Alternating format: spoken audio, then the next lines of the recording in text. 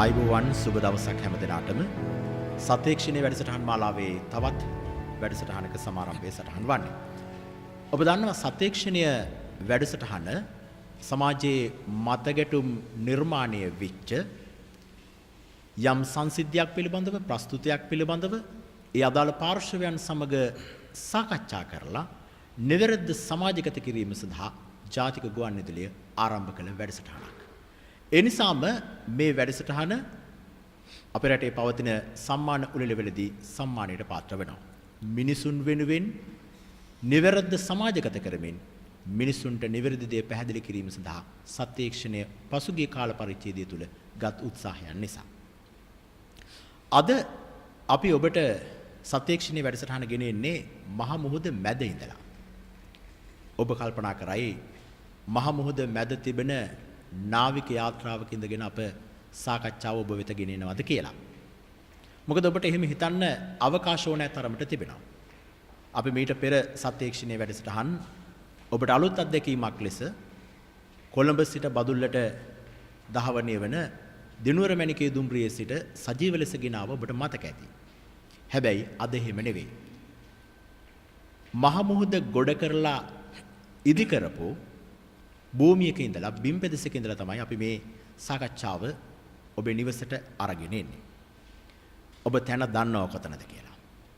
ඒ තමයි කොළඹ වරාය නගරය. කොළඹ වරාය නගරය ඉදිකරන භූමියේ සිට තමයි අද අපි සත්‍යක්ෂණයේ වැඩසටහන ඔබ වෙත ගෙනෙන්නේ. අපි මේ සිටින ස්ථානයට පැහැදිලිව පෙනෙනවා එක් පැත්තකින් කොළඹ වරාය. ඊට ඉදිරියෙන් ගාලු මෝදර පිටිය. එතැන් සිට ගාල්ල දෙසට දෙවෙන වෙරළ තීරය. ගාලු මෝදර පිටියට එපිටින් අපට පෙනෙන්නේ තරුපන්තියේ හෝටල් සංකීර්ණය. ජනාධිපති ලේකම් කාර්යාලය. මේ සියල්ල ඉතා පැහැදිලිව පෙනෙනවා මේ වරාය නගරයට. දැන් ඇයි වරාය නගරය පිළිබඳව කතා කරන්නේ? වරාය නගරය පිළිබඳව මේ සමාජය තුළ සාධනීය මතයන් වගේම විවේචනාත්මක මතයන් තිබෙනවා. ඇතැම් අය කියනවා මේ වරාය නගරය තුළින් රටට ඩොලර් උත්පාදනය කරන්න පුළුවන්. ආයෝජකයන් ගෙන්වන්න පුළුවන්. ඒ තුළින් රටේ ආර්ථිකයට විශාල ශක්තියක් වෙනවා. ඒ වගේම මේ තුළ ජාත්‍යන්තර මට්ටමේ පාසල්, වෙළඳ සංකීර්ණ ආදී විවිධ දේවල් ඉදි වෙනවා. මේ තුළින් රටේ ආර්ථිකයට යෝධ ශක්තියක් එක්කාසු කරන්න පුළුවන් කියලා. ඒ අතරේ තවත් පාර්ශවයක් කියන කතාවක් තමයි වරාය නගරයේ රටට අයිති නැහැ. වරාය නගරයේ පාලනය රටට අයිති නැහැ. රටේ නීතියට වරාය නගරය අයිති වෙන්නේ නැහැ. විවිධ දේවල්, විවිධ කතාවන්. ඒ නිසා මේ සියලු දේවන් එකට අරගෙන නිවැරදි සමාජගත කිරීම සඳහා අද අපි සත්‍යක්ෂණය මේ වැඩසටහන උපයෝගී කරගන්නවා. අද අපේ සත්‍යක්ෂණයේ තේමාව බවට පත්වන්නේ ඒකමයි රටේ ආර්ථිකයේ හැරවුම් ලක්ෂයක් නිර්මාණය කරන වරාය නගරය පිළිබඳව. අද අපේ සාකච්ඡාවට අපි ආරාධනා කළා කොළඹ විශ්වවිද්‍යාලයේ ආර්ථික විද්‍යා අධ්‍යයනාංශයේ මහාචාර්ය සිරිමල් අබේරත්න මහත්මයාට අයිබෝන් කියලා ඔබතුමා පිළිගන්නවා. ඒ වගේම ආර්ථික හා දේශපාලන විද්‍යාව පිළිබඳ විශ්ලේෂක විමර්ශා චින්තන පරිෂදයේ කළමනාකාර අධ්‍යක්ෂ ලක්ෂ්මන් සිරිවර්ධන මහත්මයාට අයිබෝන් ඔබතුමාට.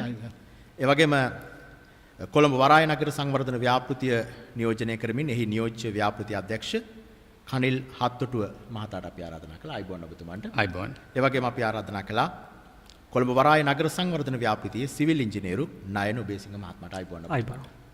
අපි සාකච්ඡාව පටන් ගමු බාහිර පාර්ශවයකින්. මහාචාර්ය සිරිමල් අබේරත්න මහත්මයාගෙන්. මහාචාර්යතුමනි, දැන් අපිව අහනවා ජාතික ගුවන්විදුලිය ඔස්සේ මේ කොළඹ ඉන්න පිරිස වගේම ඈත ගම්දනව්වල ඉන්න මිනිස්සු, ඈත පොළොන්නරුවේ, ඒ වගේම කතරගම, අනුරාධපුරේ මේ ඈත ඉන්න මිනිස්සුන්ට වරාය නගරයක් ඇයි කියලා හිතෙන්න පුළුවන්. ඒ මිනිසුන්ට ඊට වඩා ජීවිතයේ ප්‍රශ්න තිබෙන නිසා. මට ඒ නිසා මහාචාර්යතුමනි පැහැදිලි කරන්න, ඇයි අපි වගේ රටකට වරාය නගරයක් අවශ්‍ය වුණේ? ඔව්. මම හිතන්නේ ලෝකයේ ගත්තන් පස්සේ අපි ජීවත් වෙන ආසියානු කලාපයේම ගත්තාම අපි හිතනවට වඩා හුඟක් ඈත ගිය ලෝකයක අපි ඉන්නේ. අපි මේ ඉන්න කලාපයේම තියෙන දියුණුවීම් දිහා බලනකොට අපිට පේනවා අපිට හුඟක් ඉදිරියට ගිය රටවල්, ඉදිරියට ගිය ව්‍යාපාරික කේන්ද්‍රස්ථාන මේ ආසියාවේ සිය ගාණක් බිහි වෙලා තියෙනවා. අපි ප්‍රධාන දේවල් ගත්තොත් දැන් අපේ රටේ ඉන්න සෑම කෙනෙක්ම දන්න ව්‍යාපාරික ස්ථාන දෙකක් තමයි සිංගප්පූරුව නැගෙනහිර පැත්තෙනුත් ඒ වගේම බටහිර පැත්තෙන් ඩුබායි කියන නගර දෙකක් ගත්තාම. ඉතින් මේ වගේ නගර දැන් ඩුබායි කියන එක සුවිශේෂ දෙයක් වෙන්නේ මොකද? වර්ෂයකට මිලියන 15ක විතර ජනතාවක් එනවා. මේගොල්ලෝ ඉන්නේ කාන්තාරේ බලන්න නෙමෙයි. සිංගප්පූරුව කියන එකටත් වඩා සුවිශේෂ ස්ථානයක් ඩුබායි වගේ නගරයකට ලැබෙන නිසා මේ සියලු දෙනා එකතු වෙන්නේ මේ ලෝකය මේ වගේ ව්‍යාපාරික කේන්ද්‍රස්ථාන වලට එකතු වෙන්නේ ව්‍යාපාර සඳහා. එහෙනම් නැතුව කාන්තාරයක් දකින්න කාන්තාරයක් බලන්න නෙමෙයි. ඉතින් ඒ වගේ ව්‍යාපාරික ස්ථාන ලෝකේ බිහි කරලා තියෙනවා නම්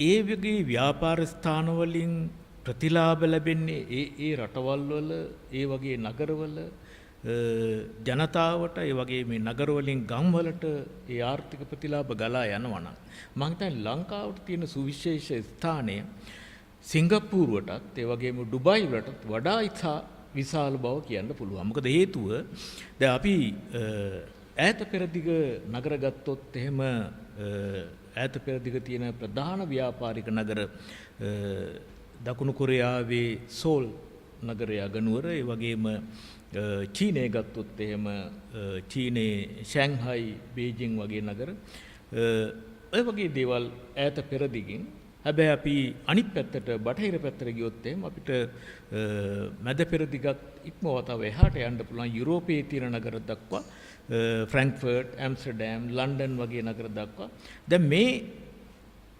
පෙරදිග සහ අපරදිග ප්‍රධාන ව්‍යාපාරික මධ්‍යස්ථාන අතර තමයි මේ කොළඹ කියන නගරය පිහිටලා තියෙන්නේ. හැබැයි අපි මේ පිහිටීමේ තියෙන වැදගත්කමවත් අපි මේ දක්වා ප්‍රයෝජනයට අරගෙන නැති බව තමයි කියන්නේ. ඉතින් අපි අපේ රටේ ඕනෑම අස්සක මුල්ලක ඉන්න කෙනෙක් හැම විතරම කියන දෙයක් තමයි අපි රට පිහිටලා තියෙන්නේ ව්‍යාපාරික වශයෙන් නාවික වශයෙන් ඉතාම වැදගත් ස්ථානයක් කියන එක. ඉතින් අපි මේක අවුරුදු 100 ගාණක් කතා කරපු කතාවක්. හැබැයි එහෙම තිබුණට අපි කොහොමද ඒක අපේ ප්‍රයෝජනයට හරවා ගන්න කියන එක අපි කතා කරලා නැහැ. ඉතින් අන්න ඒ නිසා දැන් මේ ආසියාවේ ලංකාව අවට තියෙන ওই කලාප ඔය වගේ තියෙන සුවිශේෂ ස්පෙෂල් ඉකොනොමික් සෝන්ස් කියන ඒවා සුවිශේෂ ආර්ථික කලාප කියන ඒවා විශාල වශයෙන් දියුණු වෙමින් තියෙනවා. සෑම රටක්ම මේවා දියුණු කරගෙන එනවා. මේනකොට 100 ගාණක් තියෙනවා. චීනයේ සිට මැද පෙරදිග දක්වා මේ වටේටම තියෙනවා ඔය වගේ කලාප හදාගෙන. ඉතින් අපිට මේ තියෙන ඉඩ ප්‍රස්තාව නැති වෙන්නත් එච්චර කාලයක් ගත වෙන්නේ නැහැ. තව ඉන්දියාවත් මොකද මේ වගේ කලාප දැනටම 5-6ක් හදලා තියෙනවා. ඒ හදලා තියෙන වගේ සමහර ඒවා ඉන්දියාවේ ආණ්ඩුව විසින් සමහර ඒවා ඉන්දියාවේ ප්‍රාන්ත ආණ්ඩුව විසින් මෙහෙවන්නේ. ඒ වගේම සමහර ඒවා ඉන්දියාවේ පෞද්ගලික ආයෝජන. අපිට ඒක හිතන්නවත් බැරි තරම් ඉදිරියට ගිය කාරණාවක් තමයි පෞද්ගලික අංශයේ විසින් පිහිටවපු සුවිශේෂ ආර්ථික කලාපත් ඉන්දියාවේ තියෙන බව. ඉතින් මේ අතර අපි අපේ උපායශීලී උපාය මාර්ගික මේ පිහිටීම අපිට ඉන්දියන් සාගරයේ මේ වගේ පිහිටීමක් වෙන කාටවත් නැහැ කියලා අපි හිතාගෙන හැමදාම හිටියොත් අපිට තව අවුරුදු 100ක් ඉන්න පුළුවන්.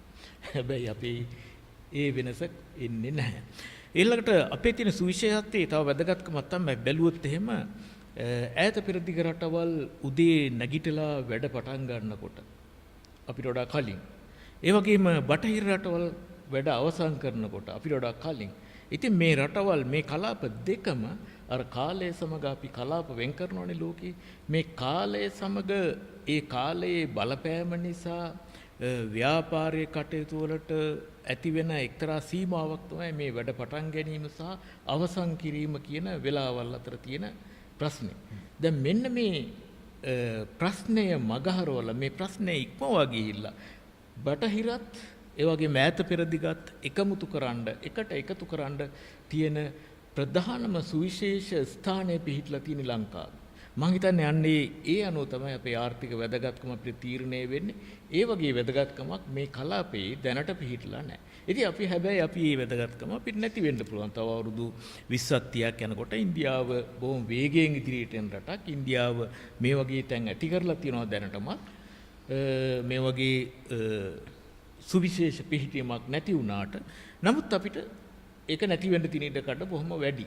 ඉතින් අපි මේ ස්ථානය මේ ව්‍යාපාරික ස්ථානයක් වශයෙන් ගෝලීය ව්‍යාපාරික ස්ථානයක් වශයෙන් මේක වැදගත් වෙන්නේ අපි ඒක කොයිතරම් හොඳට කොයිතරම් ඉක්මනට ක්‍රියාත්මකව අපේ ජාත්‍යන්තර ව්‍යාපාරික ආයතන මෙතෙන්ට එනවාද කියන ප්‍රශ්නය මත. එතකොට අපිට ඇත්ත වශයෙන්ම මෙතනින් කියන්න පුළුවන් වෙන වැදගත්ම දෙයක් තමයි අපිට තරගයට මුහුණ දෙන්න සිද්ධ වෙනවා කියන එක. එතකොට අපිට සිද්ධ වෙනවා මේ ආසියානු කලාපයේ තියෙන හොඳම ස්ථාන ගත්තොත් එහෙම දැනට තියෙන්නේ සිංගප්පූරු සහ ඩුබායි. ඒ වගේම තව හොඳ ඒවා මතුවෙනවා. චීනයේ තියෙන තව වැදගත් මෑතක සිට බිහි වෙන ස්ථානයක් තමයි හයිනන් කියන දූපත. විශේෂ ආර්ථික කලාපයක් වශයෙන් හයිනන් කියන දූපත ලංකාවෙන් භාගයක් විතර විශාලයි. ලංකාවේ ජනගහනය භාගයක් විතර එතන ජීවත් වෙනවා. ඒතර මේක මුළුමනින්ම සුවිශේෂ ආර්ථික කලාපයක් වශයෙන් චීනය විසින් දියුණු කරගෙන යනවා. මැද පෙරදිග අනිත් පැත්තෙන් ගොඩක් මේ වගේ ස්ථාන දියුණු කරගෙන යනවා. එතකොට මේ අතරින් හොඳ මේවටත් වඩා හොඳ විය යුතු ස්ථානයක් වෙන්න ඕනේ කොළඹ වරාය නගරය කියන එක. එහෙම වුණොත් තමයි අපිට මේ තරගය තුල අපේ ආර්ථික ප්‍රතිලාභ ලබා ගන්න පුළුවන් වෙන්නේ. හොඳයි මහාචාර්යතුමනි. දැන් ලක්ෂ්මන් සිරිවර්ධන ආර්ථික හා දේශපාලන විද්‍යාව පිළිබඳ විශ්ලේෂකෙක්. ලක්ෂ්මන් සිරිවර්ධන මැතිතුමනි දැන් අපේ මහාචාර්යතුමා කියන්නේ හොඳම අය අතර හොඳම එක වෙන්න ඕන කියලා. මේ ආර්ථිකය සහ මේ ක්‍රමවේදය කොළඹ වරාය නගරය. මෙතනට යන්න අපි මොනවද කරන්න ඔබතුමන් හිතන විදිහට ඔබතුමාගේ ආර්ථික දැක්මත් එක්ක බොහෝ රටවල් වල තියෙනවා. හැබැයි අපි හොඳම එක වෙන්න නම් අපි මොකක්ද කරන්න ඕනේ මෙතෙන් සිට? කොළඹ වරාය නගරය වේවා ශ්‍රී ලංකාවේ සමස්ත ව්‍යාපාරික වාතාවරණය වේවා කියන එක ඒක තනියෙන් පවතින දෙයක් නෙමෙයි. මේක දැන් අර ඔබතුමා කිව්ව ගමේ ඉන්න අසන්නක ඉඳලා දැනගත යුතු කාරණය තමයි අපි කියන අය මේ සාමාන්‍ය ලංකාව වගේ දූපත්වල ඉන්නකොට හිතන මේ අපි තමයි අපි හිටියාම අපි මේ වුණාම මේ නෑ අපිට හැම වෙලාවෙම අර මහාචාර්යතුමා ඇඟෙව්වෙමයි කතාව තරංගකාරීත්වයකට මුහුණ දෙන්න වෙනවා. අපි වගේම තරංගකාරීව ඉදිරියට යමින් දියුණු වෙන්න බලන රාජ්‍යයන් රාශියක් තියෙනවා. මාලදිවේ ඉන ඒ සිට අපිට සමීපව පිටපු ඉන්දියාව ඒවා මේ අනිත් පැතිවල තියෙන අප්‍රිකානු රටවල් ඒක නිසා අපිට ආයෝජනය ඇද ගැනීමට අපිට ව්‍යාපාර ඇද ගැනීමට අපි අනිකුත් අයට වඩා ඉදිරියෙන් සිටිය යුතු කියන එක තමයි පළවෙනි කාරණය. දෙවෙනි කාරණේ තමයි තින්න නම් මොකද කරන්න ඕනේ තමයි ඔබ මේ ගායන්ගේ ප්‍රශ්නය මං හිතන්නේ වැදගත්ම ප්‍රශ්නයක්. කරන්න ඕනේ පළවෙනි කාරණේ මට පේන හැටියට. දැන් ලංකාවේ ඒ කාරණේ ගැන මම අද කතා කරන්නේ මේ වෙනකොට මම වසර ගණනාවක් ජීවත් වෙලා ලැබපු අත්දැකීම් තුලිනුත් අධ්‍යයනයන්ගෙන් ලැබපු අත්දැකීම් තුලිනුත් නේ. එතකොට මට නම් පේන හැටියට කරන්න තියෙන හොඳම දේ තමයි අවම වශයෙන් රජය වරින් වර එන ආණ්ඩුවල රජයවල දේශපාලන එහෙම නැත්නම් නිලධාරීන්ගේ මැදිහත් වීමෙන් අවම වන විශේෂ ආර්ථික කලාපයක් ලෙස කොළඹ නගර ව්‍යාපෘතිය මේ කොළඹ මේක මේ පෝට් සිටි කියලා නැත්නම් වරාය නගර කියන වචනේ පාවිච්චි කළාට මේක වෙනම ආර්ථික කලාපයක් ගැන මේ කියන්නේ වරාය කියන එක ළඟ තියෙනවා එච්චරයි. මේකේ වරාය කටයුතු කරන්නේ නැහැ. ඒක නිදහස් කරලා තියන්න පුළුවන් නම් ඒක තමයි ලබාගත හැකි අපිට අත්‍යවශ්‍ය සාධකය වන්නේ. ඇයි ඒක එහෙම වෙන්නේ? ඒකින්ද තමයි චීනයේ වේවා අනිකුත් රටවල් වල යම විශේෂිත ආර්ථික කලාප බිහි කරන්නෙම පවතින රජයේ ආණ්ඩුවේ නිලධාරීන්ගෙන් වේවා ක්‍රියාකාරකයින්ගෙන් වේවා ඇතිවෙන්න පුළුවන් බලපෑම් මැදිහත් වීම ප්‍රමාද වීම කියන එක අවම කරවන්න එක කාරණයක්. දෙවෙනි කාරණේ තමයි ව්‍යාපාර කිරීමට දක්ෂය වන්නේ ව්‍යාපාරිකයන්. ඒක අපි නෙමේනේ අපිත් මේ ආණ්ඩුවේ උදවියත් නෙමේ සාමාන්‍ය ඒ අයට ඉඩ දෙන අවකාශය සලසන්න ඕනේ. තව කාරණාවක් තමයි පෝට් සිටි එකේ තියෙන විශේෂ ගුණාංගයක් තමයි ඒක වෙනම නගරයක් ලෙස ස්වයංපෝෂිත බවක් තරමක් දුරට වෙනවා. නමුත් යම් යම් පහසුකම් සැපයීමට රජයට සහ බාහිර පෞද්ගලිකාංශයට සිද්ධ වෙනවා. ඒ කටයුතු සම්පාත විධිමත්ව කිරීම තහවුරු කිරීමට සහ වරාය නගරය තුළ යම් ඇතැම් කටයුතු වල නියාමනයක් කිරීමට නියාමනය කියන්නේ ඒවා දිහා බලා ඉඳලා ඒ නොකර යුතු දෙයක් නොකරන්නට ඉඩ තැබීම රජයක් විසින් කළ යුතු වෙනවනේ. ජාතික ආරක්ෂාව වේවා සෞඛ්‍ය සම්බන්ධ වේවා ඒ සඳහා තමයි ලංකා මේ පෝට් සිටි කමිෂන් කියන එක කොමිසම මේ සිටි එක කළමනාකරණයට නියාමනයට අදාළ කමිෂන් සභාව පිහිටවල. ඉතින් ඒ කාර්යය හොඳයි. හැබැයි ඒ පිහිටෙව්වට හරියන්නේ නැහැ. ඒක ක්‍රියාත්මක භාවයට පත් වෙන්න ඕනේ. අදාළ නීති රීති රෙගුලාසිටි තියෙන්න ඕනේ. ඒක නිලධාරීන් පත් වෙන්න ඕනේ. ඒ සියල්ල කරෙන්නත් ඕනේ. ඊට වැඩිය දෙයක් තමයි පොදුවේ වරාය නගරය වේවා වෙනත් ලංකාවේ තියෙන කටුනායක බියගම වෙළඳ කලාප වේවා ඔය ඔක්කොටම බලපාන ප්‍රධාන සාධකයක් තියෙනවානේ. ශ්‍රී ලංකාව පිළිබඳ තියෙන ඉමේජ් එක ප්‍රතිරූපය මොකක්ද ලෝකයට අපි දෙන. අන්න ඒක හැදීමත් ඒක නිවැරදිව පවත්වාගෙන යාම ආණ්ඩුවේ දේශපාලකයන්ගේ නිලධාරීන්ගේ විතරක් නෙමෙයි අතර සාමාන්‍ය ජනතාවගෙත් යම් කිසි සහභාගීත්වයක් තියෙන්න ඕනේ. අපි හොඳ නමක් තියෙන්න ඕනේ. ව්‍යාපාරිකයාවත් සංචාරකයාවත් අපි හැසිරෙන ආකාරය හරි වැදගත් නේ අපිට බෑ. ඉතින් ඔය කාරණා ටික තමයි මූලික වශයෙන් අවශ්‍ය. ඔයිට අමතර අර මං කිව්ව වරාය නගර කොමිසමෙන් විවිධාකාරයේ සානුබලයන් මේ ඉන්සෙන්ටිව් සානුබලයන් සහ මේ ප්‍රතිපත්ති තීරණ තියෙනවා වැදගත් වෙන. හොඳයි. මේ වරාය නගරය නිර්මාණය වීම තුළ ආර්ථිකමය වශයෙන් අපි ගත යුතු ක්‍රියාමාර්ග කොහොමද අපි ආර්ථික ක්‍රමවේදය සකසන්නේ වරාය නගරයත් එක්ක ඉස්සරහට යන්න. මේ පිළිබඳව තමයි අපි යම් ආකාරයක පැහැදිලි කර ගැනීමක් කළේ මහාචාර්යතුමන් සහ ලක්ෂ්මණ සිරිවර්ධන මැතිතුමන් සමග. දැන් මේ වරාය නගරය ඉදි කරන්න පටන් අරගෙන තියෙන්නේ. දැන් මේ වරාය නගරය ඉදි වෙනවා.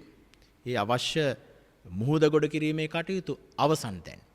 අපේ ගුවන්විදුලි ශ්‍රාවකයන්ට නම් පේන්නේ නැතු ඇති. හැබැයි මේ මම ඉන්න තැනට පසුපසින් පේන්නේ මේ වරාය නගරයේ ආකෘතිය. වරාය නගරයේ ආකෘතිය හදලා ඉවර වෙනාම දකින්න පුළුවන් ආකෘතිය මේ තිබෙන්නේ. දැන් මේ කටයුතු ආරම්භ කරලා තිබෙනවා. ඒ නිසා මේ කටයුතු කොහොමද සිද්ධ වෙන්නේ කියලාත් දැන කියා ගන්න පුළුවන්. ඒ සඳහා වරාය නගර සංවර්ධන ව්‍යාපෘතියේ නියෝජ්‍ය ව්‍යාපෘති අධ්‍යක්ෂවරයා කනිල් හත්තොටුව මහත්මයා අපිට සමග සිටිනවා. දැන් කනිල් හත්තොටුව මහත්මයා දැන් ගොඩ කිරීම අවසන්. කොහොමද දැන් මේ වෙනට තියෙන තත්ත්වය අපි ඒ පිළිබඳව පුංචි දැනුවත් කිරීමක් කරමු. ඒත් එක මූලික වශයෙන් මේ වරාය නගරයේ බිම් ප්‍රමාණය ඒ ආදී මූලික තොරතුරු ටිකක් අපිට කිව්වොත්. ඔව් බොහොම ස්තුතියි ගයන් අපේ ප්‍රවීණ විද්වතුන් දෙපළ ඊටාම හොඳ ආරම්භයක් අපිට ලබා දුන්නා මේ සාකච්ඡාවට. වරාය නගරය කියන්නේ දකුණු ආසියාවෙත් බිහි වෙන්නට යන ප්‍රමුඛතම ව්‍යාපාරික නේවාසික හා සංචාරක මධ්‍යස්ථානයක්. මේක විශේෂ ආර්ථික කලාපයක්. ඒ වගේම ජාත්‍යන්තර මූල්‍ය නගරයක් වෙනවා. මේක කොළඹ නගරයේ වාණිජ නගරයේම දිගුවක්. එහෙම නැත්නම් අපි හිතමු ප්‍රසාරණයක් කියලා අපිට දකින්න පුළුවන්. හෙක්ටයාර් 269ක එහෙම නැත්නම් අපි අක්කර වලින් ගත්තොත් 664ක්. එසේත්ම ඇතිනම් වර්ග කිලෝමීටර් 2.69ක ප්‍රමාණයක්. සම්පූර්ණ මුහුද පැවති ප්‍රදේශය ගොඩ කරලා එය මත අතිසුවිශේෂ නගරයක් වාණිජ නගරයක් බිහි කරන්න යන සංකල්පයක්. ගොඩ කිරීමේ කටයුතු අවසන්. සම්පූර්ණයෙන් අවසන්. 2019 වසරේදී මේ ආයෝජන සමාගම විසින් මේ ආයෝජනය සිදු කර සමාගම විසින් මේ මුදගොඩ කිරීම කරලා 2019 වසරේදී සම්පූර්ණ ශ්‍රී ලංකා රජයට බාර දෙනු ලැබුවා. දැන් මේ භූමිය ශ්‍රී ලංකා රජයේ භූමියක්. ගැසට් විශේෂ ගැසට් පත්‍රයක් මගින් රජයට පවරගත්තා. දැන් අපිට තව යම් යම් පහසුකම් කටයුතු ටිකක් ඉදිකිරීම ඉතුරු වෙලා තියෙනවා. තව මාස කිහිපයකින් පසු ඒ සම්පූර්ණ වැඩ කටයුතු අවසන් වෙනවා. දැන් මම ඉදිකිරීම් කටයුතු අවසන් කිව්ව නිසා අහන්නේ දැන් මේ පිළිබඳවත් විවිධ දුර්මත තිබුණානේ. මේක ගොඩකල ඉවරනකොට මාචාරිතුමනි සමහර අය කිව්වා මේ ලංකාවේ කළුගල් කඳු වැටි ටික නැති වෙයි කියලා. එහෙම ප්‍රශ්නයක් වුණාද දැන්? කොහොමද මේක ගොඩ කිරීම කරේ? ඇත්තම කිව්වොත් හොඳ කළුගල් ප්‍රශ්නයක්. නෝන්නාද නැත්නම් වැලි පාවිච්චි කළාද? කොහොමද මේ වැඩේ කළේ? මේ ඇත්තටම දෙකම භාවිතා වුණා.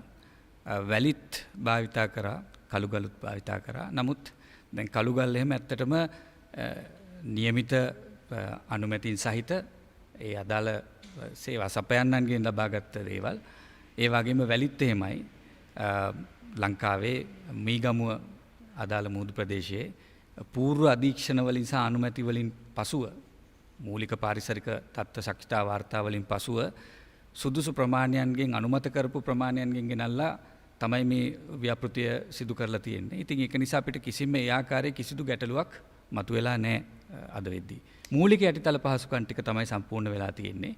ඉදිරියේදී ආයෝජකයන්ගේ පැමිණීම මත සංවර්ධන කටයුතු නැත්නම් ව්‍යාපෘති කටයුතු ආරම්භ වීමට නියමිතයි. හොඳයි. සිවිල් ඉංජිනේරු මේ කොළඹ වරාය නගර සංවර්ධන ව්‍යාපෘතියේ නයන ඔබේසිංහ මහත්මයා ඉන්නවා. නයන ඔබේසිංහ මහත්මයා මොනවද දැන් මේ වෙනටදී කෙරෙන්නේ? කියලා ඉවර මොනවාද? මොනවද කරන්න තියෙන්නේ? අපි පොන්චි පැහැදිලි කිරීමක් කරමු අපේ ශ්‍රාවකයන්ට. ඔව් ගයන් ඇත්තටම මේ වරාය නගරය කියන්නේ අපේ ඉංජිනේරු ශාස්ත්‍රයේ එහෙම නැත්නම් මේ ඉදිකිරීම් ශාස්ත්‍රයේ සුවිශේෂී සම්දිස්ථානයක්. මොකද අපි ඉතිහාසය ගත්තොත් එහෙම අපේ රටේ ගොඩක් ඉංජිනේරු තාක්ෂණය ඉහළ වශයෙන් භාවිත වෙච්ච රටක්. නමුත් මේකේ තියෙන සුවිශේෂත්වය තමයි මේකෙදී අපි කරන්නේ මුහුද ගොඩ කරලා අලුතෙන් නගරයක් ඉදිකිරීම. සහ ඒ නගරය මත තමයි මේ ගොඩනැගිලි සියලුම දේ ඉදි කරන්නේ. එතකොට මේ වනකොට අපි ගත්තොත් එහෙම මේකේ මේ අවුරුදු 25ක කාල පරාසයක් යනවා මේ ව්‍යාපෘතියට. මේක තමයි ලංකාවේ තියෙන විශාලම ව්‍යාපෘතිය, ඉදිකිරීම් ව්‍යාපෘතිය. මේ වැඩ කටයුතු අවසන් කරන අවුරුදු 25ක් අවුරුදු 25ක කාලයක් අපි දැනට ඇස්ටිමේට් කරලා තියෙනවා. ඒකෙන් අපි 2016 තමයි මේ ව්‍යාපෘතිය පටන් ගත්තේ. දැනට අවුරුදු 6ක් මේ වෙනකොට ගත වෙලා තියෙනවා ඉදිකිරීම් සම්බන්ධයෙන්. එතකොට අපි මේ අවුරුදු 25 අපි ප්‍රධාන අධ්‍යය කීපයකට තමයි ගොඩනැගිලි ඉදිකිරීම සම්බන්ධයෙන් යන්නේ. ප්‍රධාන එක තමයි ප්‍රධාන වශයෙන් පළවෙනි ස්ටෙප් එක. එහෙම නැත්නම් පළවෙනි අධ්‍යය යටතේදී අපි භූමිය නිර්මාණය කිරීම තමයි කරන්නේ. භූමිය නිර්මාණය කිරීමේදී අපි සම්පූර්ණයෙන්ම හෙක්ටාර්ස් වලින් 269ක භූමියක් නිර්මාණය කරනවා. ඒ නිර්මාණය කිරීමත් සමග ඒකට ආරක්ෂාව සපයන්න දිය කඩනයක් අපි නිර්මාණය කරලා ඒක ඉදි කරලා තියෙනවා. එතකොට සම්පූර්ණයෙන් මේ පළවෙනි අධ්‍යයන මේ වෙනකොට අවසන් කරලා තියෙනවා. භූමිය ඉදි කිරීම සහ ඒකට අදාළ ඉන්ෆ්‍රාස්ට්‍රක්චර් කියන්නේ යටිතල පහසුකම් ටික. ඒ කියන්නේ මොහොත යට තියෙන මරයින් ස්ට්‍රක්චර්ස් මේ වෙනකොට හදලා ඉවරයි. ඒකේ දෙවෙනි අධ්‍යයන තමයි මේ භූමිය නිර්මාණය කිරීමෙන් පස්සේදී මේකට අවශ්‍ය යටිතල පහසුකම්. අපිට මේකට පාරවල් තියෙන්න ඕන, ඊට අමතරව මේකට වතුර තියෙන්න ඕන, ඊට පස්සේ මේක ඇතුලේ ගාබේජ් ඒක නැත්නම් කැලිකසල කළමනාකරණය කරන්න ඕන. මේ පහසුකම් ටික සැපීම සහ මේකේ නගර අලංකරණ කටයුතු තමයි මේ වෙන විට කරගෙන යන්නේ. එතකොට මේක තමයි දෙවෙනි අධීරයේදී සිදු වෙන්නේ. මේ දෙවෙනි අධීරයේ සිදුවෙන මේ ක්‍රියාකාරකම් ටික අපි මේ අවුරුද්ද අවසන් වන විට අවසන් කරන්න තමයි සැලසුම් කරලා තියෙන්නේ.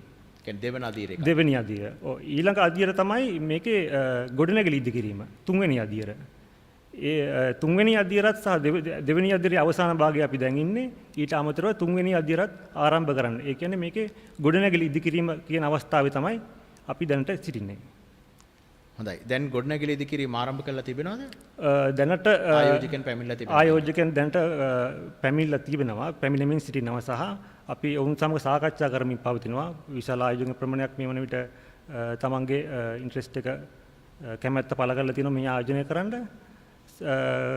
බොහෝ දුරට මේ අවුරුද්දේ පළවෙනි කාර්තුවේදී අපිට පළවෙනි ගොඩනැගිල්ල ඉදිකිරීමේ කටයුතු ආරම්භ කරන්න පුළුවන් වෙයි කියලා අපි විශ්වාස කරනවා. හොඳයි. අපිට මේ ඉදිකිරීම පිළිබඳව තවදුරටත් කතා කරන්න පුළුවන්. දැන් මහාචාර්යතුමනි මහාචාර්ය සිරිමල් අබේරත්න මැතිතුමනි දැන් මේකේ ආයෝජනය දැන් අපි එතනදිත් කියවිච්ච තමයි ආයෝජකයෝ ඇවිල්ලා ඉන්නවා කීප දෙනෙක්. අපිට මේ ආකෘතිය දකිද්දිත් මුලින්ම අර පේන ටිකේ තියෙනවා සෝල්ට් කියලා. කියන්නේ ආයෝජකයෝ ඇවිල්ලා වෙන් කරගෙන තිබෙනවා. දැන් මෙහෙම එන ආයෝජකයෙක්ට මේ කතාවේ තව ගැඹුරු කතාවන් වලට අපිට යන්න පුළුවන්. මෙහෙම එන ආයෝජකයෙක්ට අපේ රටේ පහුගිය කාලේ තිබුණු ප්‍රශ්නේ තමයි ආයෝජකයෙක් ආව මේ ආයෝජකයෙක් අපේ රටේ සෑහෙන රස්තිය ආදු වෙනවා. සමහර ලාවට ඒ ක්‍රමවේදයේදී ආයෝජකයා රට අතහැරලා යනවා. දැන් මේ වරාය නගරය තුල මේ විදිහට එන අලුත් බලාපොරොත්තු සහිත වෙන ආයෝජකයෙක්ට අපි මොනවාද හදලා තියන්න ඕනේ මොනවාද නිර්මාණය කරලා තියන්න ඕනේ? ඔව් අපි දැන් මට මතකයි අපි පොඩි කාලේ කියපු සින්දුවක් තමයි ලෝකෙන් උතුම් රට ශ්‍රී ලංකාවයි කියලා තාමත් කියනවා බොහෝ අය. හැබැයි ආයෝජකයෝ මේ රටට එන්න විශාල මැලිකමක් දැක්වුවා. අපි දැක්කනේ පහුගිය කාලේ දැන් මෑත කාලේ වෙනකොටත් 2020 දී මං ඉලක්කම් බලනකොට අපේ අසල්වාසී ඉන්දියාවට ඩොලර් බිලියන 72ක්. දැන් මේ බිලියන කිව්වහම අපි ටිකක් අමාරුයි මේක තේරුම් ගන්න මේක කොච්චර විශාලද කියන එක. බිලියනයකට මිලියන 1000ක් ඕනේ. මිලියනයක් කියලා කියන්නේ ලක්ෂ 10ක්. ඉතින් ඒ අනුව බැලුවන් පස්සේ බිලියනයකට 0.9ක් විතර දාලා තමයි බලන්න ඕනේ අපි. 1 බිලියනයක් කියන්නේ 1.9ක්. එතකොට බිලියන 72ක් 2020 දී ඉන්දියාවට ආවනම් අපිට කොච්චර ආවද? අපිට ආවේ බිලියන භාගයකටත් වඩා අඩුවෙන්. එතකොට අපිට පේනවා අපේ ලංකාව මොනතරම් දුර්වල ස්ථානයකද ඉන්නේ විදේශ ආයෝජන ලැබීම සම්බන්ධයෙන් කියලා. කෙනෙකුට කියන්න පුළුවන් ඉන්දියාව විශාල රටක් නේ ලොකු මාකට් එකක් තියෙනවානේ ඒකනේ ඉන්දියාවට යන්නේ කියලා. එතකොට අපිට සිංගප්පූරුව ගත්තොත් ලංකාවටත් වඩා පුංචි මේ කොළඹ දිස්ත්‍රික්කයේ වගේ රටක් තමයි සිංගප්පූරුව කියලා කියන්නේ. හැබැයි සිංගප්පූරුවට ඩොලර් බිලියන 92ක් ගියා. එතකොට එහෙනම් මේක රටේ විශාලත්වය අනුව තීරණය වෙන දෙයක් නෙමෙයි කියලා අපිට ඉතාම පැහැදිලි. ඒ වගේම පසුගිය අවුරුදු දැන් යුද්ධය ගැන අපි කිව්වා. යුද්ධ නිසා අපිට එන්නේ නැහැ විදේශ ආයෝජකයෝ මෙහාට. ඉතින් යුද්ධ ඉවර වුණා මීට අවුරුදු 10කට 12කට ඉස්සර වෙලා. හැබැයි ඊට පස්සෙත් ආයෝජකයෝ එන්නේ නැහැ. ඊට පස්සෙත් එක අවුරුද්දකට බිලියනයක්වත් අපිට ආවේ නැහැ. ඉතින් එහෙනම් අපිට පේනවා මේ රටේ මීට වඩා බරපතල යුද්ධයට වඩා එහා ගිය ප්‍රශ්නයක් තියෙනවා. ගයන් හරියටම කිව්වේ අන්න ඒ ප්‍රශ්නේ තමයි. මොකද්ද? ආයෝජකයින්ට විශ්වාසයක් නැහැ. ෂුවර් එකක් නැහැ මේ රටේ තමන්ගේ සල්ලි දාන්න හොඳ තැනක්ද කියන එක. අපිට පේනවා මේක අපේ රට ලෝකෙන් උතුම් රට. අපි ඒක හිතනවා. හැබැයි විදේශිකයොත් ආයෝජකයොත් අන්න ඒ ආකල්පයෙන් මේ රට දිහා බලනවා නම් තමයි අපිට ඔය ආයෝජන ගලාගෙන එන්නේ. ඇයි අපිට එන්න බැරි? මේක පිළිබඳව අද කාලේ ඉස්සර වගේ රටට ගිහිල්ලා පර්යේෂණ කරලා මේ feasibility studies කරලා හොයන්න අවශ්‍ය නැහැ. අද ලෝකයේ තියෙනවා වාර්තා, ජාත්‍යන්තර වාර්තා රට ලෝකයේ තියෙන සියලුම රටවල් ඒ වාර්තාවලට අනුව එක එක පැතිවලින් කොච්චර බිස්නස් කරන්න ව්‍යාපාර කරන්න සුදුසුද මොනතරම් නිදහස තියනවද ව්‍යාපාර කරන්න ආණ්ඩුව කොහොමද ඉන්නේ වංචා දූෂණ මොන මට්ටමේද තියෙන්නේ ඔය සෑම දෙයක් පිළිබඳවම ව්‍යාපාරිකයින්ට වැදගත් වෙන වාර්තා 15ක් 20ක් අද ලෝකයේ සෑම වර්ෂයකම එළි දකිනවා. ඉතින් මේවා බැලුවාම ව්‍යාපාරිකයෝ දන්නවා ලංකාව අනෙක් රටවල් අතර කොතනද ඉන්නේ කියන එක. එතකොට අපිට ඇයි වරාය නගරයට සුවිශේෂ ආර්ථික කලාපයක් අවශ්‍ය වෙන්නේ කියන එක අන්න අපිට එතනින් තමයි වැදගත් වෙන්නේ. මොකද අපේ රටේ තියෙන ප්‍රධාන ප්‍රශ්නයක් තමයි අපි එක්කෝ මම ඇත්ත වශයෙන්ම හිතලා මේ වරාය නගරයට අපි ආරෝපණය කරලා තියෙන සුවිශේෂ ආර්ථික කලාපී අංගෝපාංග මේ මුළු රටටම ව්‍යාප්ත කළා නම් මුළු රටම වරාය නගරයක් බවට පත් වෙනවා. හැබැයි අපිට ඒක කරන්න කොයි මොනතරම් හැකියාව තියනවද අපි කියන එක තමයි වැදගත්ම ප්‍රශ්නේ වෙන්නේ. ඒ නිසා අපිට හැකියාව නැත්තම් අපි මේ වගේ සුවිශේෂ ස්ථාන තෝරාගෙන ඒවා ගොඩනගලා ඒ වගේ තැන්වලවත් අපි අඩු ගානේ ඒ හැකියාව තියෙන සුවිශේෂ ආර්ථික කලාප බිහි කරන්න ඕන. ඉතින් මම අදහස් කරන්නේ මේක කොළඹින් නතර විය යුතුයි කියලා මේ කොළඹ වරාය නගරය කියන තැනින්. අපි ඒක හම්බන්තොටින්ට ගෙනියන්න ඕන, ත්‍රිකුණාමලයට ගෙනියන්න ඕන, යාපනයට ගෙනියන්න ඕන. ඒ වගේ බොහෝ තැන්වල අපිට වරාය නගර වගේ දේවල් මේක ආදර්ශයට අරගෙන බිහි කරන්න පුළුවන් නම් එතකොට මේ බිහි කිරීමේදී අපි ඇති කරන්නේ මොකද්ද? අපි ඇති කරනවා සුවිශේෂ ආර්ථික කලාපයක්. එතකොට අපි අර කියපු දැන් අපේ රටේ ඉඩමක් ගන්න ගියාම ආයෝජකයෙකුට තියෙන කරදර. අපේ රටේ ලයිසන් එකක් ගන්න ගියාම තියෙන කරදර. ඊළඟට අපේ රට ආයාත නිර්යාත ඒගලට ව්‍යාපාර වලට අවශ්‍ය කරන ඒ දේවල් කරන්න ගියාම තියෙන කරදර. ඒ අයට තියෙනවා නම් ඒ අයට තියෙන ප්‍රශ්න අපිට ඒගොල්ලන්ට අවශ්‍ය හොඳම වෘත්තීමය සුසුකම් තියෙන අධ්‍යාපනයේ තියෙන ශ්‍රම බලකායක් ඒගොල්ලන්ට හොයාගන්න පුළුවන් නම් ඒවට තියෙන ප්‍රශ්න වර්ල්ඩ් ක්ලාස් ප්‍රොෆෙෂනල්ස්ලා වෘත්තිකයන් හය කරන්න තමන්ගේ ව්‍යාපාරයට ගේන්න පුළුවන් නම් ඒවට තියෙන ප්‍රශ්න. මෙන්න මේ ප්‍රශ්න සියල්ලම ඉක්මවා ගන්න පුළුවන් අවස්ථාවක් ඉඩකඩක් තමයි භූමි භාගයක් තමයි මේ සුවිශේෂ ආර්ථික කලාපයක් කියලා කියන්නේ. අන්න ඒ වගේ කලාපයක් හදනවා නම් අත් වශයෙන්ම ඒකෙන් තමයි අපිට පුළුවන් වෙන්නේ ආයෝජන විශ්වාසය දිනා ගන්න. මගේ ඒක තවදුරටත් මම පැහැදිලි කරන්න ඕනේ. හැබැයි අපි මේ අපිට දැන් වරාය නගරයක් තියෙනවා සුවිශේෂ ආර්ථික කලාපයක් වශයෙන් ඒක ප්‍රකාශයටපත් කරලා තියෙනවා. විශේෂ ආර්ථික කොමිසමක් මගින් මේක පාලනය වෙනවා කියලා කියන එකෙන් පමණක්ම මේක තීරණය වෙන්නේ නැහැ. බොහෝ ආයෝජකයෝ ඉදී අපි අර මේ තව ටිකක් බලමු මොකද වෙන්නේ කියලා. wait and see. අන්න ඒ වගේ ප්‍රතිපත්ති අපි පුළුවන් තරම්. ඒකයි මම කිව්වේ අද අපේ අසල්වාසී අපේ කලාපයේ තියෙන අනෙකුත් හොඳ ව්‍යාපාරික මධ්‍යස්ථාන වශයෙන් අපි සලකන ඔය සිංගප්පූරුව ඩුබායි වගේ ඒවත් එක්ක ගත්තයින් පස්සේ තවත් ඒ වගේ ඒවා ගණනාවක් තියෙනවා. අලුතින් බිහි වෙන ඒවාත් තියෙනවා. හොඳ මේවටත් වඩා හොඳ තැනකට අපිට යන්න පුළුවන් නම් අන්න ඒක තමයි අපිට වැදගත් වෙන්නේ ආයෝජන විශ්වාසය දිනා ගන්න. ආයෝජන විශ්වාසය තමයි ඉතාමත්ම වැදගත් දේ මේ කලාපේ මේ වරාය නගරයේ සාර්ථකත්වයට අවශ්‍ය වෙන. දැන් ලක්ෂ්මණ සිරිවර්ධන ආර්ථික හා දේශපාලන විද්‍යාව පිළිබඳ විශ්ලේෂකයෙක්. ඔබතුමන්ට ආර්ථිකය දේශපාලනය කියන දෙකම මෙතනදී එකට ගැට ගහ ගන්න පුළුවන්.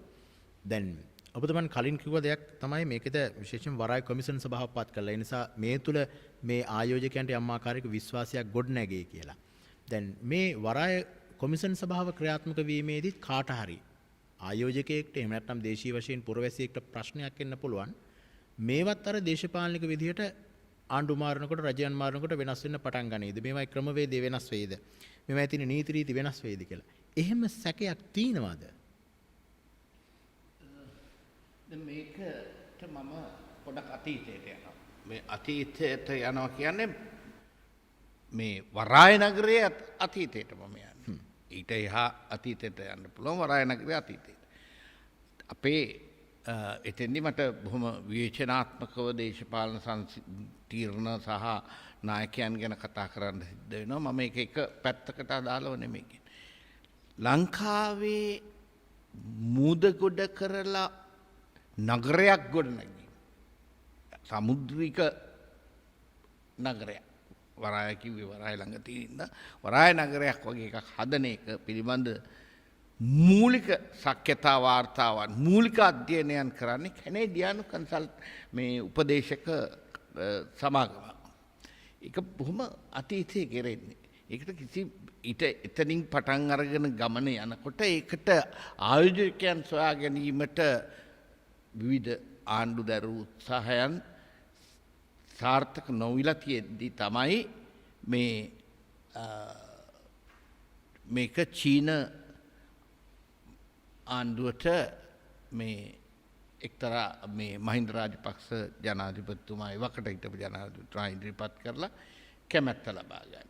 ඉතින් ඒකින්ද ස්වභාවිකව ලංකාවේ හැම ව්‍යාපෘතියකටම ලංකාවේ නෙමෙයි සමහරට අනිත් රටවලත් එහෙම ඇති වගේ ප්‍රධාන ව්‍යාපෘති වලට දේශපාලකයෝ ගිහිල්ලා මුල්ගල් තියෙනවා. ඒ ජනාධිපතිතුමාත් තිබ්බා. ෂී ජින්පින් චීන ජනාධිපතිතුමාත් ඇවිල්ලා තිබ්බා.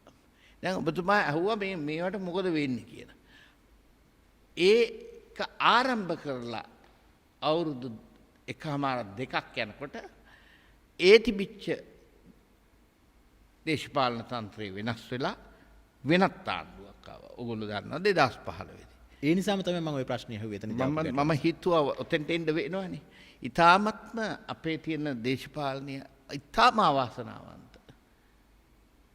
ලක්ෂණයක් පහළ කරමින් සහ මම කියනවා ඒකට වචනේ කාලකන්නි දේශපාලන සංස්කෘතිය. කාලයේ කාදමන දේශපාලන සංස්කෘතියේ උපරිමය ප්‍රදර්ශනය කළේ 2015 ඉඳලා මෙම ව්‍යාපෘතිය සස්පෙන්ඩ් නවත්තලා ඒ පිළිබඳ අධ්‍යයනයන් ප්‍රශ්නයට ලක් කරලා ඒ පිළිබඳ විවිධ අධ්‍යයනයන් ඉල්ලා සිටිමින් අවුරුදු 1.5 මම හිතන්නේ ආසන්න කාලයක් නේද? මම හිතන්නේ 2ක් නේද? 17ක් විතර ප්‍රමාද කරනවා. ප්‍රමාද කරලා විතරක් නෙමෙයි. මෙතෙන්දි මම දන්න කාරණයක් කියනවා. විවිධාකාර ආකාරයේ ගනුදෙනු සිද්ධ වුණා එතෙන්දී. ඇතම් ආගමික සංවිධාන NGOsලා කියලා මොනවා දීවරය ආරක්ෂා කරගන්න අරව මේවා කිය ඇවිල්ලා ඒ හැම එකකටම යම්කිසි වරදාන දෙන්න සිද්ධ වුණා. අදාළ ආයතන වලට. ඊට පස්සේ තමයි ඒගොල්ලෝ එතනින් එහා එන්වයරන්මන්ටල් මේ පරිසර මේ වේදියෝ ආගමික නායකයෝ ඔක්කොම නිහඬ වෙලා ගියා. දේශපාලකයෝ නිහඬ කරලා දැම්ම දන්නා කියන අය අතරේ ගනුදෙනු කරලා. මෙන්න මේ தત્ත්වය ඊ타මත්ම නින්දනීය විදිහට මේ සිරිමල්ල බේරත්ත මහත්තයා කියන ව්‍යාපාරිකයන්ගේ විශ්වාසය ලංකාවේ ඇති වෙනවද මෙහෙම දැක්කම? බිලියන ගාන මේ ව්‍යාපෘතියේ විශේෂ වෙනසක් තියෙනවා. මේක 100% 100ක් චීන ආයෝජන. අපි නෙමෙයි වියදම් කරන්නේ. මේ මූද ගොඩ කරන අති විශාල වියදමක් දරන්නේ චීන ආණ්ඩුව. ඒකවත් අපිට අවංකව ලබා ගන්න බලාගෙන ඉන්න බෑ. ඒකිනුත් කොටසක් ගන්න බැරුව ගත්තා. ඊට පස්සේ දැන් මේ තත්ත්වය දැන් ඒ අතීතේ ගියා. දැන් ඊට පස්සේ ඒවා ඒ ආණ්ඩුව විසින්ම ඉවත් කරලා ලැබුවා. මොකද ඒ මුළුමනින්ම චීනයේ ආයෝජනයක් කියන කතාවත් එක්ක චීන කොලනියක් කියන දේ එන්න පුළුවන්. කොලනියක් මේ මගේ වචන නෙමෙයි මම කියන්නේ සමාජයේ තියෙන වචනයක් කියනවා. චීන ආයෝජනයක් කියන්නේ දැන් ගත්තොත් කටුනායක බියගම වෙළඳ කලාපවල සම්පූර්ණ ඇමරිකන් ආයෝජන තියෙනවා, බ්‍රිතාන්‍ය ආයෝජන තියෙනවා. ඒව කොලනි වෙන්නේ නැහැ. ආයෝජනය කියන්නේ මුදල් යොදවීම පමණයි. ඒවා ඇවිල්ලා වැඩ කරන මිනිස්සු ඒ ගොඩනගන කාලය වැඩ කරන අයත් ඉතුරු වෙන්නේ නැහැ ඊට පස්සේ. ඊට පස්සේ ඒකට එනවා බ්‍රිතාන්‍ය, ඇමරිකානු, ඉන්දියානු විවිධ ව්‍යාපාරිකයෝ මෙතෙන්ට එනවා. මේ නගරයේ අනිත් ඊළඟ ආයෝජන අවස්ථා. මේ ආයෝජන අවස්ථා දෙකක් තියෙනවා. මම හිතන්නේ මේ ව්‍යාපෘතිය අපි හරියට විග්‍රහ වුණාද කියලා මට සැකයක් තියෙනවා මේ වෙලාවේ. පළවෙනි ආයෝජනයේ ප්‍රධාන ආයෝජන මේ වරාය නගරය ගොඩනැගිනීම කියන මුහුද ගොඩ කිරීම සහ මූලික යටිතල පහසුකම් බිහි කිරීම කියන එක පළවෙනි ආයෝජන අවස්ථාව. ඒක තා විශාල ආයෝජනයක්. ඒක චීන සමාගම තමයි කරන්නේ. ඊට පස්සේ අවස්ථාවක් එනවා ද්විතීයක අවස්ථාව, දෙවන අවස්ථාව.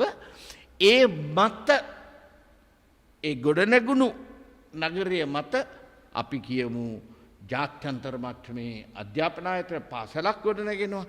ජාත්‍යන්තර টপ ක්ලාස් එකේ හොස්පිටල් එකක් බිහි කරනවා. ඊට පස්සේ මේ විනෝද ක්‍රීඩා යෙදෙන්න ඕනේ ඒවා බිහි කරනවා. ඒවා වෙන වෙන ආයෝජකයෙක් කරන්නේ. එතකොට ඒකේ තීන්දුව ඉන්නත් පුළුවන් නැති වෙන්නත් පුළුවන්. වෙන වෙන රටවල් වල දැන්ට මාකට් ඕගොල්ලෝ වෙලඳ විකුණන්න උත්සාහ කරනවා. ඒක නිසා මේ ව්‍යාපෘතිය එහෙම චීනුන්ගේවත් කාගේවත් කියන එකක් නෙමේ, බහුජාතික ආයෝජනයන්ගෙන් සමන්විත වෙනවා. ඒ අතරේ ශ්‍රී ලාංකිකයොත් ඉන්න පුළුවන්. ශ්‍රී ලාංකිකයෝ දැන්ටමත් මං හිතන්නේ ශ්‍රී ලාංකික ආයතන කීපයක් මේ සමහරට එක ප්ලොට් දෙකක් වගේ අරගෙනත් ඇති.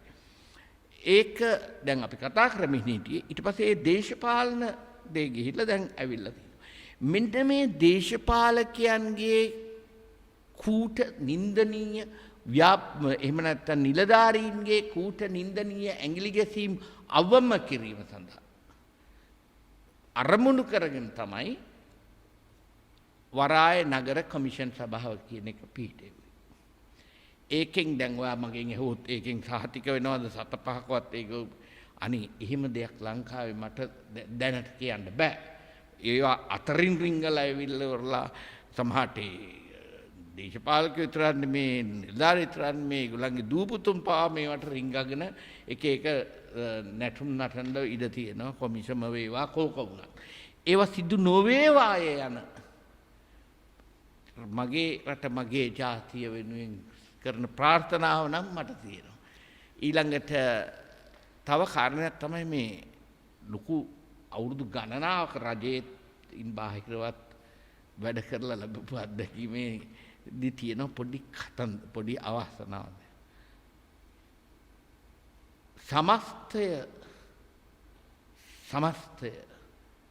සමස්ත ආර්ථිකය සමස්ත සමාජය ඒ සමස්ත ඒ සන්දර්භය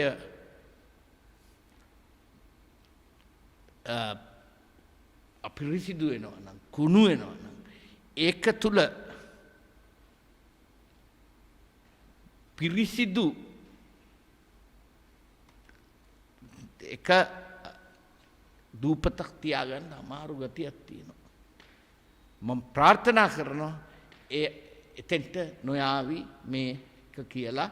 මොකද වරින් වර සිදුවෙන දේශපාලන සිදුවීම් තුල වෙනස් වීම තුල ඊට පස්සේ හරි ඒක ඒ නිවැරදි මගකට ගැනීමට තියෙන හැකියාව වර්ධනය වේවායි කියලා ප්‍රාර්ථනා කරන් තමයි නේ ප්‍රාර්ථනාවක් තියාගෙන ඉමු. තියාගෙන ඉන්නේ. අපි මේ මෙතනට යන්න කලින් එහා පැත්තට යන්න කලින් කියන්නේ කොළඹ වරාය නගර සංවර්ධන ව්‍යාපෘතියේ තොරතුරු ඒ අය සම කතා කරන කලින් මහාචාර්යතුමා පුංචි ඉල්ලීමක් කරා. මොකද්ද කියන්න ඕනේ? මට මතක් වුණා ලක්ෂණ මහත්තයා කියනකොට අර ජනතාවත් උසිගන්නවාගෙන ආගමික නායකයනුත් උසිගන්නවාගෙන මේ වගේ ව්‍යාපෘතියකට ආපු විරෝධය රටේ මේ වගේ අපි දැකලා තියෙනවා කාලාන්තරයක් තිස්සේ ඉතිහාසයේ පුරාම ලංකාවේ ඕන තරම් දැකලා තියෙනවා. මගේ කාලය තුලත් දැකලා තියෙනවා. මට මතකයි කණ්ඩලම හොටෙල් එක වෙන වෙලාවේ හදන වෙලාවේ විශාල උද්ඝෝෂණ වගේ ජනතාව මෙහෙවගෙන ගියා. ඊට පස්සේ මේ මෑතකදී ඇතිවෙච්ච දෙයක් තමයි සාම්පූර් විදුලි බලාගාරයක් හැදීම සම්බන්ධයෙන්. ඔය වගේ දේවල් අපි ඕන තරම් දැකලා තියෙනවා. දැන් මම මෙතනදී මට ඒ සාම්පූර් එකේදී මට වැඩ කරන්න සිද්ධ වීම නිසා මම දන්නවා මොකද්ද මේ කියන තර්කය ජනතාවගේ සාම්ප්‍රදායික කෘෂි බිම් නැති වෙනවා. සාම්ප්‍රදායික දීවර කර්මාන්තයට හානි ලැබෙනවා. ඉතින් දැන් ඒ අය දැන් මේගොල්ලන්ව මේ නොමග යවන ක්‍රමය මම කියන්නේ. දැන් ඒක මත ජනතාව ඒ වගේ විරෝධයට හරවන්න පුළුවන් වෙනවා. හැබැයි ඒ ජනතාවත් බලාපොරොත්තු වෙනවා නම් තමන්ගේ දූ දරුවනුත් අනාගතයේදී වෘත්තීය වශයෙන් තෝරාගන්නේ මාළු ඇල්ලීම සහ කුඹුරු වල ගොවිතැන් කිරීම සහ ඒ වගේ දේවල්ට නම් ඒගොල්ලන්ව හුරු කරවන්න බලාපොරොත්තු වෙන්නේ. ඒ කියන කාරණේ ඒ කියන තර්කේ හරි. නමුත් ඇත්ත වශයෙන්ම අපි දැකලා තියෙන්නේ රටවල් දියුණු වෙනකොට ජනතාව ඒ වගේ තමන්ගේ දූ දරුවෝ ඊට වඩා ලොකු වැදගත් තැන්වල ඉන්නවා. දැන් මේ පෝට් සීට් එක හැදුවාම දැන් මේ මහත්තුරු දෙන්නම ටයි කෝඩ් දාගෙන මෙතන වැඩ කරනවා. ඒකට අර වගේ ඉන්න ජනතාවගේ දූ දරුවන්ටත් මේ වගේ ඔපචුනිටිස් මේ වගේ ඉඩ ප්‍රස්තාවන් මේ වගේ තැන්වල බී වෙනවනම් මේ වගේ ස්ථාන ඇත්ත වශයෙන්ම අපි ලංකාවේ වටේ මම කලින් කිව්වා වගේ හම්බන්තොට තිරිකුණාමලේ වගේ ස්ථානවලත් ඇතිවිය යුතුයි නේද කියන එක මට මතක් වෙනවා. සැබෑලෙස මේ ප්‍රශ්නාර්ථයක් බවට පත් වෙනවා. දැන් ඔබතුමන් කියන දේ හරියටම හරි. මොකද සාම්ප්‍රදායික ගොවිතැන් කරපු කෙනාගේ දරුවා ගොවිතැනට යොමු වෙන්නේ නැහැ. සමහරවිට මේ සාම්ප්‍රදායිකත්වය කියන්නේ අලුත් විදිහට යට එක් කරන්න කිව්වොත් සමහරවිට එයා එතනට යොමු වෙන්න පුළුවන්. දැන් අපි කොළඹ වරාය නගර සංවර්ධන ව්‍යාපෘතියේ නියෝජ්‍ය ව්‍යාපෘති අධ්‍යක්ෂතුමනි කනිල් හත්තොටුව මැතිතුමනි අපේ ලක්ෂ්මන් සිරිවර්ධන මහත්මයාත් සඳහන් කරපු කාරණාව තමයි අපිට මේක හරියටම විග්‍රහ වුණාද? අපිට කියන්නකො මේ හෙක්ටයාර ප්‍රමාණය තුළ මුහුද ගොඩ කරලා තියෙන මේ ප්‍රමාණය තුළ කොහොමද මොනවද ඉදි කෙරෙන්නේ මොනවද තියෙන පහසුකම් අනාගතේ අපි අවුරුදු 25කින් හරි ලැබෙනකොට මොනවද මේ තුළ ගොඩ නැගෙන්නේ කියන කාරණාව තව ටිකක් පැහැදිලිව අපේ මේ ගම්වල ඉන්න අහිංසක මිනිසුන්ට අපේ රටේ මෙහෙම එකක් තියෙනවා මොනවද මේකේ තියෙන්නේ කියලා තව ටිකක් පැහැදිලි කරමු. ඇත්තටම මේ මහාචාර්යතුමා අවසන් කරපු තැනින් මම ඔය පිළිතුර පටන් ගන්නම්. මේ වරාය නගරය කියන්නේ අතිවිශාල අවස්ථා රාශියක් ශ්‍රී ලාංකිකයොන්ට බිහිවන ස්ථානයක්. අපි දකිනවා මේක මේ ශ්‍රී ලංකා ආර්ථිකයේ හැරවුම් ලක්ෂ්‍ය කියලා. මේක වචනයක් පමණක් නෙවෙයි ගයන්. මේ වචනයට මහා විශාල අර්ථයක් තියෙනවා. හේතුව මේ වරාය නගර ව්‍යාපෘතිය තුළ ඇතිවෙන අවස්ථා ප්‍රමාණය මං හිතන්නේ ශ්‍රී ලාංකිකයන්ටත් පුරවල ඉවර කරන්න බැරි වෙන තරමේ අවස්ථා ප්‍රමාණයක් හැදෙනවා.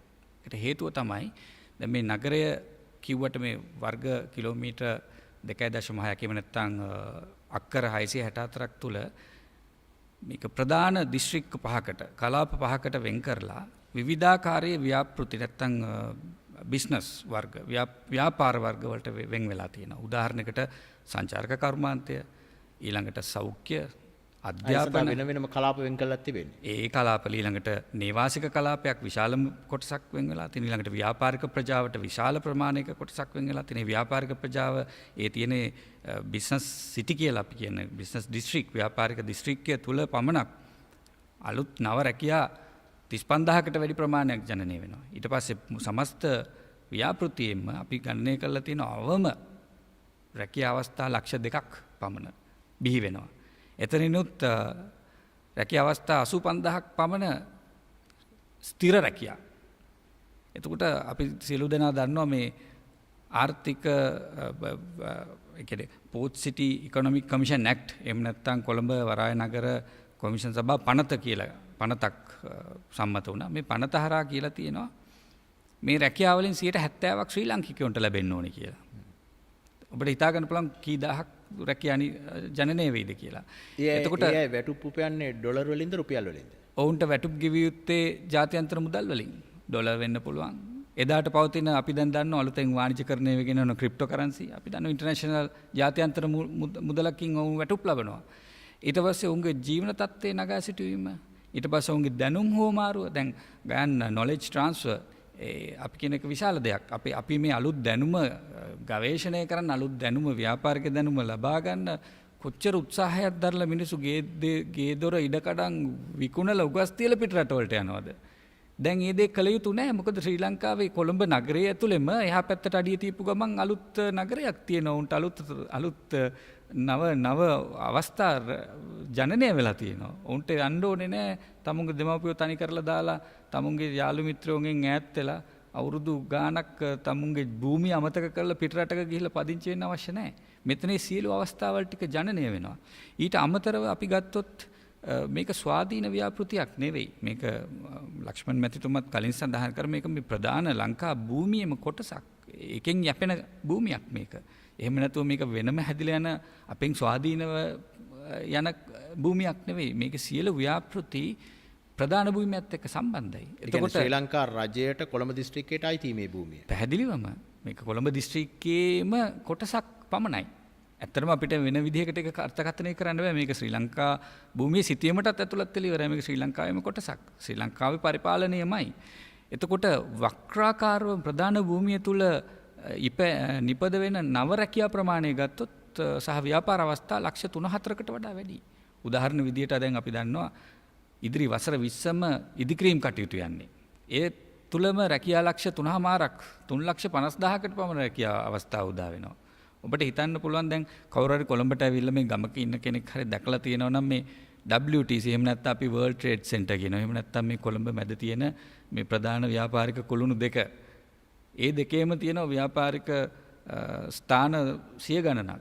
ඉතින් ඒ වගේ මේක සංසන්දනය කරොත් ගයන් දහස් ගණනක් ව්‍යාපාරික ස්ථාන ගොඩනැගිලි මෙතන බිහි වෙනවා.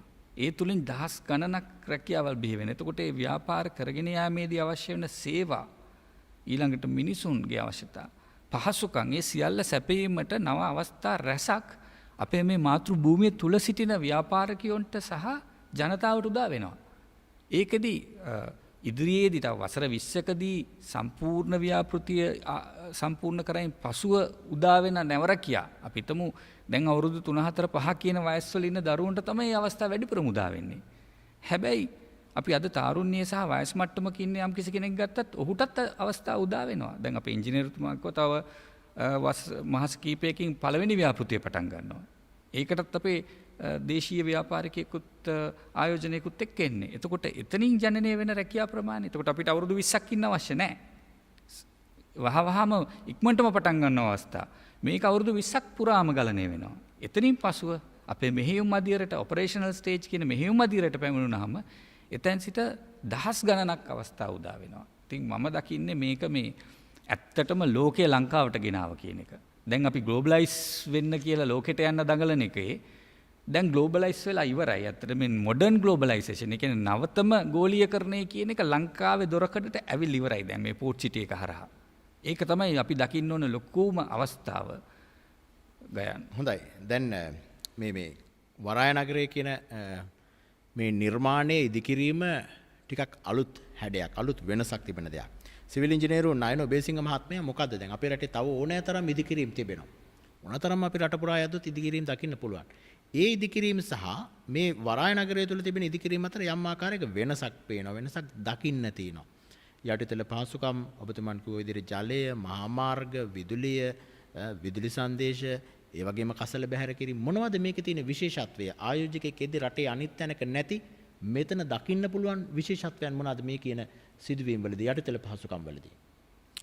ඔව් ගයන් මම හිතන්නේ මේකේ අපි ඉතිහාසයේ පුරාවට අපි අත්දැකලා තියෙනවා ඉදිකිරීම්, ඒ සියලුම ඉදිකිරීම් අපි දැකලා තියෙන්නේ දැනට පිහිටි පොළොව මත සිදුවන ගොඩනැගිලි වේවා, මහා මාර්ග වේවා, පාලම් වේවා, ඒ සියලු ඉදිකිරීම් අපි දැකලා තියෙන්නේ, අපි අත්දැකීම් දැකලා තියෙන්නේ දැනට පිහිටි පොළොව මත තියෙන සිදුවීම්.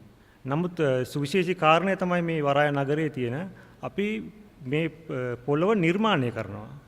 ඒ කියන්නේ මුහුද ගොඩ කරලා අපි පොළොව නිර්මාණය කරලා තමයි මෙතන ඉදිකිරීම් සිදු කරන්නේ. ඒක තමයි මේකේ තියෙන සුවිශේෂත්වය.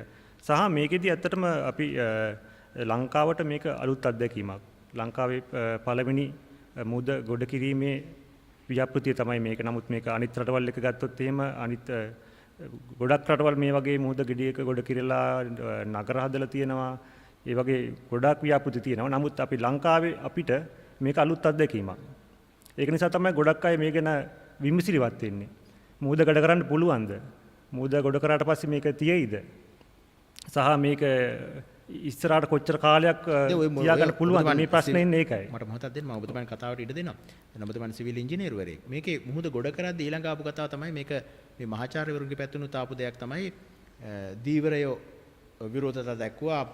අපිට මාළු වලන්න විදියක් නැහැ, අපිට ප්‍රශ්න තියෙනවා, අපිට පරිසර හානි වෙනවා, අපේ පැත්ත මුහුදට කඩාගෙන යයිද විදිහ ලොකු ප්‍රශ්න මතු කළා. එහෙම දේවල් ඇති වෙන්න පුළුවන්ද මේ තුල? මේ ගොඩ කිරීම තුල අපිට තාම පේන්නේ නැහැ, අපි තාම ගොඩ කළ විතරයි. අනාගතේ එහෙම ප්‍රශ්න ඇති වෙන්න පුළුවන්ද ඔය කියන දේවල්? ඇත්තටම ගන්න මේ ව්‍යාපෘතිය පටන් ගන්න කලින් 2016 තමයි මේක පටන් ගත්තේ. 2016 පටන් ගන්න කලින් මේ ගැන පූර්ව පරිසර අධ්‍යයන වාර්තා 4ක් කරා අපි. මම හිතන්නේ සාමාන්‍යයෙන් ව්‍යාපෘතියකට කරන්නේ එක පරිසර අධ්‍යයන වාර්තාව. නමුත් මේ ව්‍යාපෘතියට අපි පූර්ව අධ්‍යයන පරිසරයට වෙන හානිය මොන වගේ හානියක්ද වෙන්න පුළුවන් කියලා අධ්‍යයන වාර්තා 4ක් කරා. එකක් තමයි මේකේ වැලි ගොඩ කිරීම සම්බන්ධයෙන්. වැලි ගොඩ කරොත් අපේ පරිසරයට මොන වගේ හානියක්ද මොන වගේ දෙයක්ද වෙන්න පුළුවන් කියලා. ඊට පස්සේදී අපි මේකෙදි වැලි අපි ගත්තේ මේකට සම්පූර්ණයෙන්ම මූදෙන්. මූද පතුලෙන් තමයි වැලි ගත්තේ. මිලියන කියුබික් මීටර් මිලියන 70ක් පමණ අපි මෙතෙන්ට ගොඩ ගහලා තියෙනවා. එතකොට මේ වැලි සාගරයෙන් ගත්තොත් මොන වගේ දෙයක්ද සාගරයට වෙන්න පුළුවන්, පරිසරයට වෙන්න පුළුවන් කියලා වෙනම අධ්‍යයනයක් කරා. ඊට පස්සේදී මේකට අවශ්‍ය අමුද්‍රව්‍ය, මේ ගොඩනැගීමට අවශ්‍ය අමුද්‍රව්‍ය අපිට තියෙනවද? මේවා අපිට ගන්න පුළුවන්ද ලේසියෙන්ම? ඒ සම්බන්ධයෙන් වෙනම, ඒ කියන්නේ යටිතල පහසුකම් සංවර්ධනය කරන්න අවශ්‍ය අමුද්‍රව්‍ය තියෙනවද කියලා වෙනම අපි පරිසර අධ්‍යයනයක් කරා. මේ සියලු පරිසර අධ්‍යයන කරලා තමයි අපි මේ ව්‍යාපෘතිය පටන් ගත්තේ. ඔබ ඇසූ ප්‍රශ්නට මම උත්තර දෙන්නම්. එතකොට මේ ගොඩක් ප්‍රශ්න ආවා 2016 දී දීවරයන්ට මේක හානියක්. ඔව් එහෙම ගැටලු ආවා. ඒ කියන්නේ මුදෙන් අපි වැලි ගන්නකොට මේකේ පරිසර අධ්‍යයනයේ වාර්තාවට අනුව එයාලා අපිට නිර්දේශ ඉදිරිපත් කරා 70ක්. මුදෙන් වැලි ගන්නවා නම් ඔයගොල්ලෝ මෙන්න මේ විදිහට ගන්න ඕනේ කියලා. එතකොට අපි ඒ ගත්න ස්ථානයේ ඒගොල්ලෝ අපිට පරිසර අධ්‍යයන වාර්තාව කියලා තියෙනවා මේ තැන් වලින් තමයි ගන්න පුළුවන්. ඒ කියන්නේ අපිට ගත්තොත් එහෙම වැලි නිදි තියෙනවා. අපි අඳුනගත්ත මුහුද යට තියෙන වැලි නිදි, ඒ වැලි නිදි වල තියෙන ප්‍රමාණයෙන් 25%ක් පමණයි අපිට මේකට ගන්න පුළුවන් වෙන්නේ.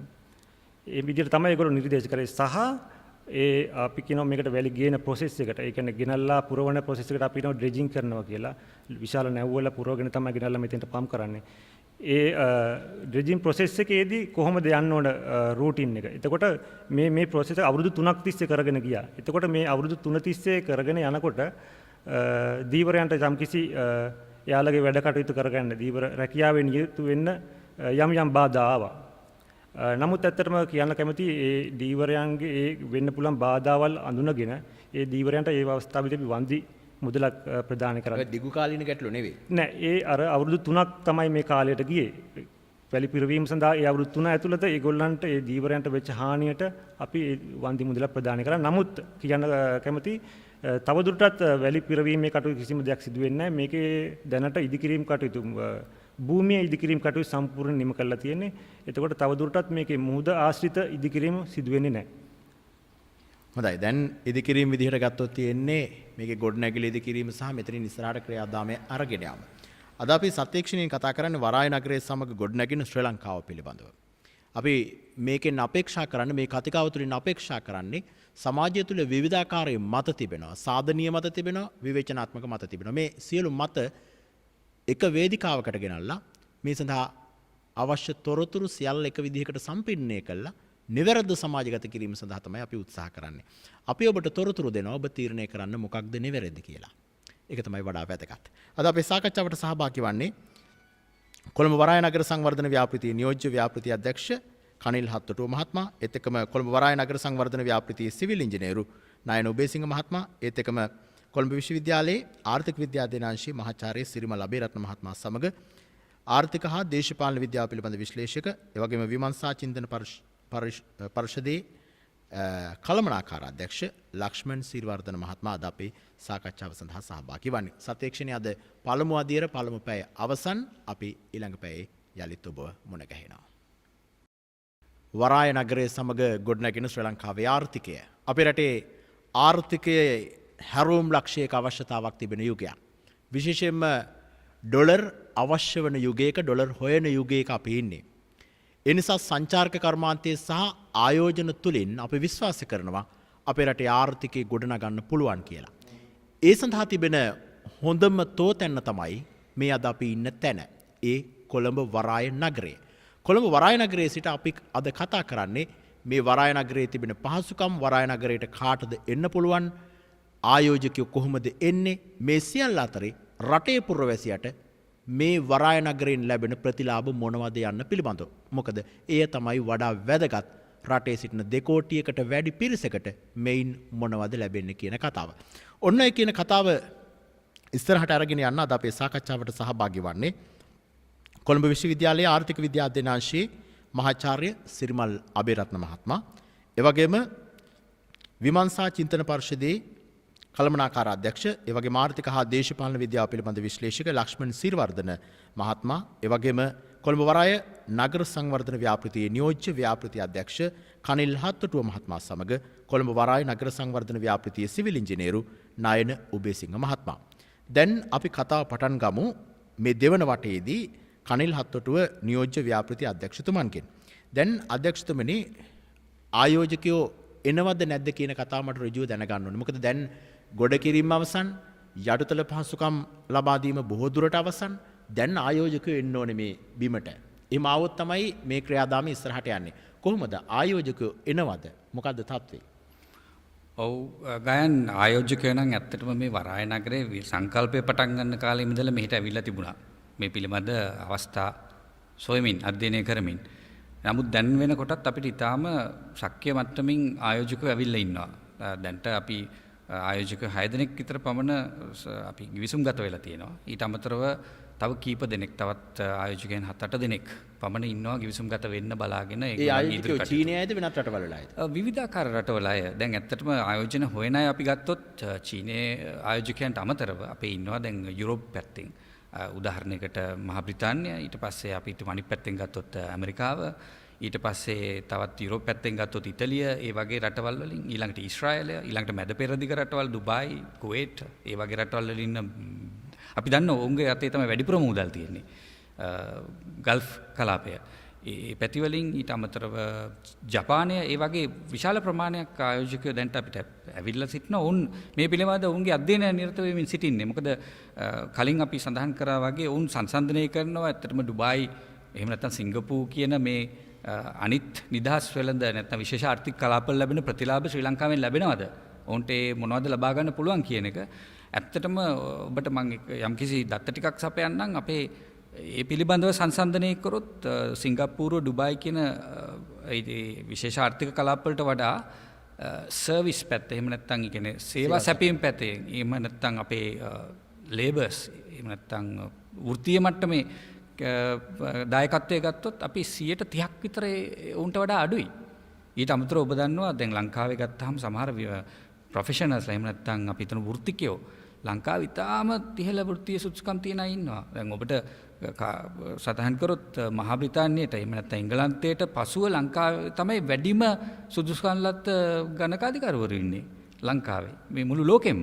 ඊට අමතරව දැන් ගත්තොත් ලංකාව දැන් උදාහරණයකට මේ ආයෝජකයෝ බලන තව දේවල් තියෙනවා. කොච්චර මේ ලංකාව කියන එක ලෝකයට කිට්ටුද කියන එක. දැන් උදාහරණයකට අපි ගත්තොත් මේ ආසියානු කලාපයට සහ වටපිටාවට උදාහරණයකට මේ ප්‍රධානම ආර්ථික කලාප දෙකට ඩුබායි හා සිංගප්පූරුවේ යන දෙකට ලංකාවේ ඉඳලා පැය 5කටත් අඩු කාලයක් ගුවන් ගමනක් තියෙන්නේ. එතකොට ව්‍යාපාර වලට එන අයට කාලය කියන්නේ මොකද්ද? මුදල්. ප්‍රතිලාභ. ඉතින් ඒගොල්ලෝ බලන්නේ පහසුව. ඊට අමතරව අපි මුලිනුත් සඳහන් කරා මේ අර Belt and Road Initiative කියන අපේ මේ සේදමාවත උදාහරණයකට ගොඩබිම පැත්තෙන් ගත්තොත් චීනය හරහා අපි යුරෝපයට යන එක. ඊට පස්සේ මුහුද ගත්තොත් එහෙම මුහුද පැත්තෙන් දකුණු ආසියාව ගල්ෆ් කලාපය හරහා ආෆ්‍රිකානු කලාපය හරහා යුරෝපයට යන මේ මාවත් දෙක මැද්දේ තමයි ලංකාව පිහිටලා තියෙන්නේ භූගෝලීය වශයෙන්. එතකොට එහෙම බැලුවම ලෝකයේ ජනගහනයෙන් 63%කට වඩා ප්‍රමාණයකට ලංකාවේ ඉඳලා ළඟා වෙන්න පුළුවන්. ඊට පස්සේ ලෝක ආර්ථිකයේ global GDP gross domestic production එක ජලජාතික ලෝකයේම නිෂ්පාදිතයෙන් 33%කට වැඩි ප්‍රමාණයක ව්‍යාපාර වලට ලං වෙන්න පුළුවන් ලංකාව කියන ස්ථානයේ සිට. එතන පිහිටීමත් එක්ක ඊට අමතරව අපි ගත්තොත් බටහිර පැත්ත නැගෙනහිර ගත්තොත් මැද තියෙන මේ කනෙක්ෂන් පොයින්ට් එකක් මැද තියෙන මේ සම්බන්ධ කරන පුරුකක් තමයි ලංකාව කියන ස්ථානය. ඉතින් ඒක නිසා මේ හැමදේම මේ ආයෝජකයෝ බලනවා. ඊට අමතරව ලංකාවෙන් ලබා ගන්න පුළුවන් විශ්වාසය මොකද්ද? දැන් අපි පෝට් සිටි එහෙම නැත්නම් වරාය නගර ආර්ථික කොමිෂන් සභාව හරහා ඒ විශ්වාසය උන්ට දීලා තියෙනවා. මොකද අපි පිහිටවල තියෙනවා සිංගල් වින්ඩෝ ෆැසිලිටේෂන් සෙන්ටර් කියලා එකක්. ඒ කියන්නේ එක ස්ථානයකින් සියලු පහසුකම් ලබා ගැනීමේ මධ්‍යස්ථානයක්. දැන් ඔය එන ආයෝජකයන්ට කනිල් හත්තටුව මහත්මයා මේ අපේ පසුපසින් තිබෙන ඉතා සිත් ගන්නාසුළු ආකෘතියක් තිබෙනවා කොළඹ වරාය නගරේ හදලා යොරනාට පස්සේ තිබෙන. ගොඩනැගිලි සංකීර්ණ පේන්න තිබෙනවා. හරිත උද්‍යාන තිබෙනවා. ඒ වගේම ස්වාභාවික වෙරළ තීරයන් තියෙනවා. මේ විදිහට අපිට මේ පේන්න තියෙන ටික. තව බොහෝ නොපෙනෙන දේවල් තිබෙනවා. ඒ විදිහට එන ආයෝජකයන්ට මේකේ කොතනද ආයෝජනය කරන්න පුළුවන්? බොහොම හොඳයි. මම එකට මෙහෙම උත්තරයක් දෙන්නම්. දැන් මේකේ මම මුලින් සඳහන් කරා මේකේ කලාප පහක් තියෙනවා. එහෙම නැත්නම් දිස්ත්‍රික්ක පහක් තියෙනවා. මේ දිස්ත්‍රික්ක පහ ඇතුලේ විවිධාකාර ව්‍යාපෘති මොඩලයන් තියෙනවා. Business models. ඒ මොඩලයන්ට අනුකූලව එක ව්‍යාපෘතීන් එන්න පුළුවන්. දැන් උදාහරණයකට එක රටකින් එක ආයෝජකයෙක් එන්න පුළුවන් සංචාරක ව්‍යාපෘතියකට හොටෙල් සංකීර්ණයක් ඉදි කරන්න. තව ආයෝජකයෙක් එන්න පුළුවන් ඒ සඳහා වෙනම කලාපයක්. තව ආයෝජකයෙක් එන්න පුළුවන් මේක තුල නිවාස සංකීර්ණ එහෙම නැත්නම් විලාස් වගේ ඒවා ඉදි කරන්න. ඒකට වෙනම කලාපයක් තියෙනවා. තව කෙනෙක් එන්න පුළුවන් මේක තුල අලුත් තියෙන අපිටම ආර්ථික සංකල්ප මූල්‍යමය පහසුකම් දැන් ක්‍රිප්ටෝ කරන්සි කියලා නෝ ඒ වගේ මෙහෙම මධ්‍යස්ථානයක් පිහිටන්න. ඒක තියෙනවා. ඊට පස්සේ තව ලෝකයේ තියෙන දියුණුම තාක්ෂණික විෂයන් සම්බන්ධ ICT. ඒ වගේ පහසුකම් සම්බන්ධයෙන් ඊළඟට ආටිෆිෂල් ඉන්ටෙලිජන්ස් සම්බන්ධයෙන් වැඩ කරන දේවල් සම්බන්ධයෙන් ආයතන මෙහෙට එන්න පුළුවන්. දැනටත් අපිට ඒ වගේ ආයතන එනවා. ඊට පස්සේ දැන් Microsoft Google වගේ ආයතන පවා උන්ගේ මේ කලාපීය ප්‍රධාන මෙහෙයුම් කාර්යාල ස්ථාපිත කිරීමට උන් බලමින් සිටිනවා. ඉතින් ඊට අමතරව වෙන විවිධාකාරයේ ව්‍යාපාරික සහ කමර්ෂල් ඔපරේෂන්ස් කියන ඒවට අදාළව වෙනම ස්ථාන තියෙනවා. සහ අපේ තියෙන වෙන මරීනා කියලා කොටසක් සමුද්‍ර කලාපය. ඒක ලස්සනක් එකතු කරනවා මේ සම්පූර්ණ කොළඹ වරාය නගරයට. ඊට අමතරව ඒකේ සංචාරක කර්මාන්තයට මහා විශාල පිටුවහලක් වෙනවා. මොකද එතනින් විශාල ප්‍රමාණයක ආර්ථික ප්‍රතිලාභයක් ලබන්න පුළුවන් ස්ථානයක් බවට පත් වෙලා තියෙනවා. ඉතින් මේ වගේ තැන් වලට තමයි ආයෝජකයෝ ඇත්තටම එන්නේ. හොඳයි. මේ ආයෝජකයෝ ගෙන්වා ගැනීම තමයි වඩා වැදගත් වෙන්නේ. ඒ සඳහා අවශ්‍ය සුමට පරිසරය නිර්මාණය වෙනවා නම් ආයෝජකයෝ ගෙන්වා ගැනීමේ තරම් අපහසු වෙන එකක් නැහැ. දැන් මට මෙතනින් මේ පැත්තට යන්න කලින් කනිල් හත්තටුව මැත්තමනේ දැන් මේක ඊළඟ දේ තමයි මේක ශ්‍රී ලංකා රජයට අයිති කොළඹ දිස්ත්‍රික්කයට අයිති. හැබැයි මෙහි සමහර ආයෝජකයන් බදු දීම් වගේ දේවල් කරන්න පුළුවන් චීනයටත් පුළුවන් ලංකාවටත් පුළුවන්. ඒ පිළිබඳව යම් කිසි පැහැදිලි කිරීමක් කරමු. මොකද රටවැසියා පුරවැසියා දැනගත යුතුයි. මොකද ඒ අයගේ බදු මුදල් වලින් තමයි රජය කරන මේ බොහෝ දේවල් කරන්නේ. ඒ නිසා ඒ අයට අපි කියමු මොකක්ද මේකේ ඇත්ත කතාව. චීනයට කොයිතරම්නම් කොටසක් තියෙනවද ලංකාවට කොයිතරම්නම් කොටසක් තියෙනවද? ඔව් හොඳ ප්‍රශ්නයක්. හැබැයි ඕකට කෙටි උත්තරයක් දුන්නොත් පැහැදිලි මදි. නමුත් ඉක්මනින්ම පැහැදිලි උත්තරයක් දෙන්න. ඇත්තම කිව්වොත් බාහිරව තියෙන මතයක් මේ රට තුල පොදුවේ සමාජයේ තියෙන මතයක් තමයි මේක මේ චීන ව්‍යාපෘතියක් කියන එක. හැබැයි අපි පැහැදිලිව තේරුම් ගත යුතුයි. ඔව් චීනයේ ව්‍යාපෘතියක් තමයි. හැබැයි මේක චීන ණයක් නෙවෙයි. පැහැදිලිවම. මේක චීනයේ සමාගමක් විසින් කරපු ආයෝජනයක්. එතකොට අපි පැහැදිලිව දන්නවා ආර්ථික විද්‍යාවෙත් ඊටාම සරලවත් කවුරු හරි මොකකට හරි ආයෝජනයක් කරොත් නිකන් කරන්නේ නැහනේ. ප්‍රතිලාභයක් බලාගෙන ආයෝජනය කරන්නේ. ඒ ප්‍රතිලාභය ගන්න නම් ඔහුන්නේ ප්‍රතිලාභය බලාපොරොත්තුෙන් සිදු කරපු වැඩ කටයුත්ත සම්පූර්ණ කරන්න ඕනේ. එහෙම නැත්නම් උන්ට ප්‍රතිලාභයක් ලබා ගන්න බෑ. ඉතින් ඒක නිසා අපිට එක පැත්තෙන් සහතිකයක් තියෙනවා මේ ව්‍යාපෘතිය මග ඇන හිටින්නේ නැතුව සම්පූර්ණ වෙනවා කියන එක. මේක සිදු කළ යුතුමයි මේකේ ආයෝජකයාට ඔහුගේ ප්‍රතිලාභ ලබා ගන්න. ඒක පළවෙනි කාරණය. දෙවෙනි කාරණය තමයි මම මුලින් සඳහන් කර ආකාරයට මේ ඔවුන්ගේ ආයෝජනය මේකට එන්නේ මේ වරාය නගරය හදන්න ඕනේ පසුබිම සකස් කරන්නත් යටිතල පහසුකම් හදන්නත්. ඔවුන් ඒක අවසන් කරා. එතකොට ඉන්පසු ශ්‍රී ලංකා රජයට මේ ඉඩම බාර දුන්නා. දැන් මේක රජයේ ඉඩමක්. ඔවුන්ට ප්‍රතිලාභ ලබා ගැනීම සඳහා යම් කිසි කොටසක් අපි පැවරිය යුතුයිනේ. ඒ නිසා අපි මේකෙන් 43%ක ප්‍රමාණයක් අවුරුදු 99 බදු පදනම මත උන්ට ලබා දුන්නා. එතකොට මේ 43ත් එක තැනකින් හිර කරලා දීපු කොටසක් නෙවෙයි. මේ අර මම කියපු ප්‍රධාන දිස්ත්‍රික්ක 5 ඇතුළත ඔවුන්ටත් විවිධාකාරයේ වූ ව්‍යාපෘති වලට යෑමේ අවශ්‍යතාවය ලබා දෙමින් ඉඩ ලබා දෙමින් ඔවුන්ගේ ඉඩම් කොටසුත් මේ විවිධාකාර ප්‍රදේශයන් තුළ ස්ථාපිත වෙලා තියෙන. ඒ කියන්නේ සෑම තැනකම ශ්‍රී ලංකා රජයටත් තියෙනවා ඒ චීනීය දළ සමාගමටත් තියෙනවා. ඊට අමතරව තවත් වැදගත් කාරණයක් තමයි මේකේ සමස්ත අයිතියෙන් 57%ක් නැවතත් තියෙන ශ්‍රී ලංකන් රජයට. හැබැයි මුළු භූමියේම 100%කම පරමාධිපත්‍ය අයිතියම තියෙන්නේ ශ්‍රී ලංකා රජයට. ඒක අපි පැහැදිලිවම තේරුම් ගත යුතුයි.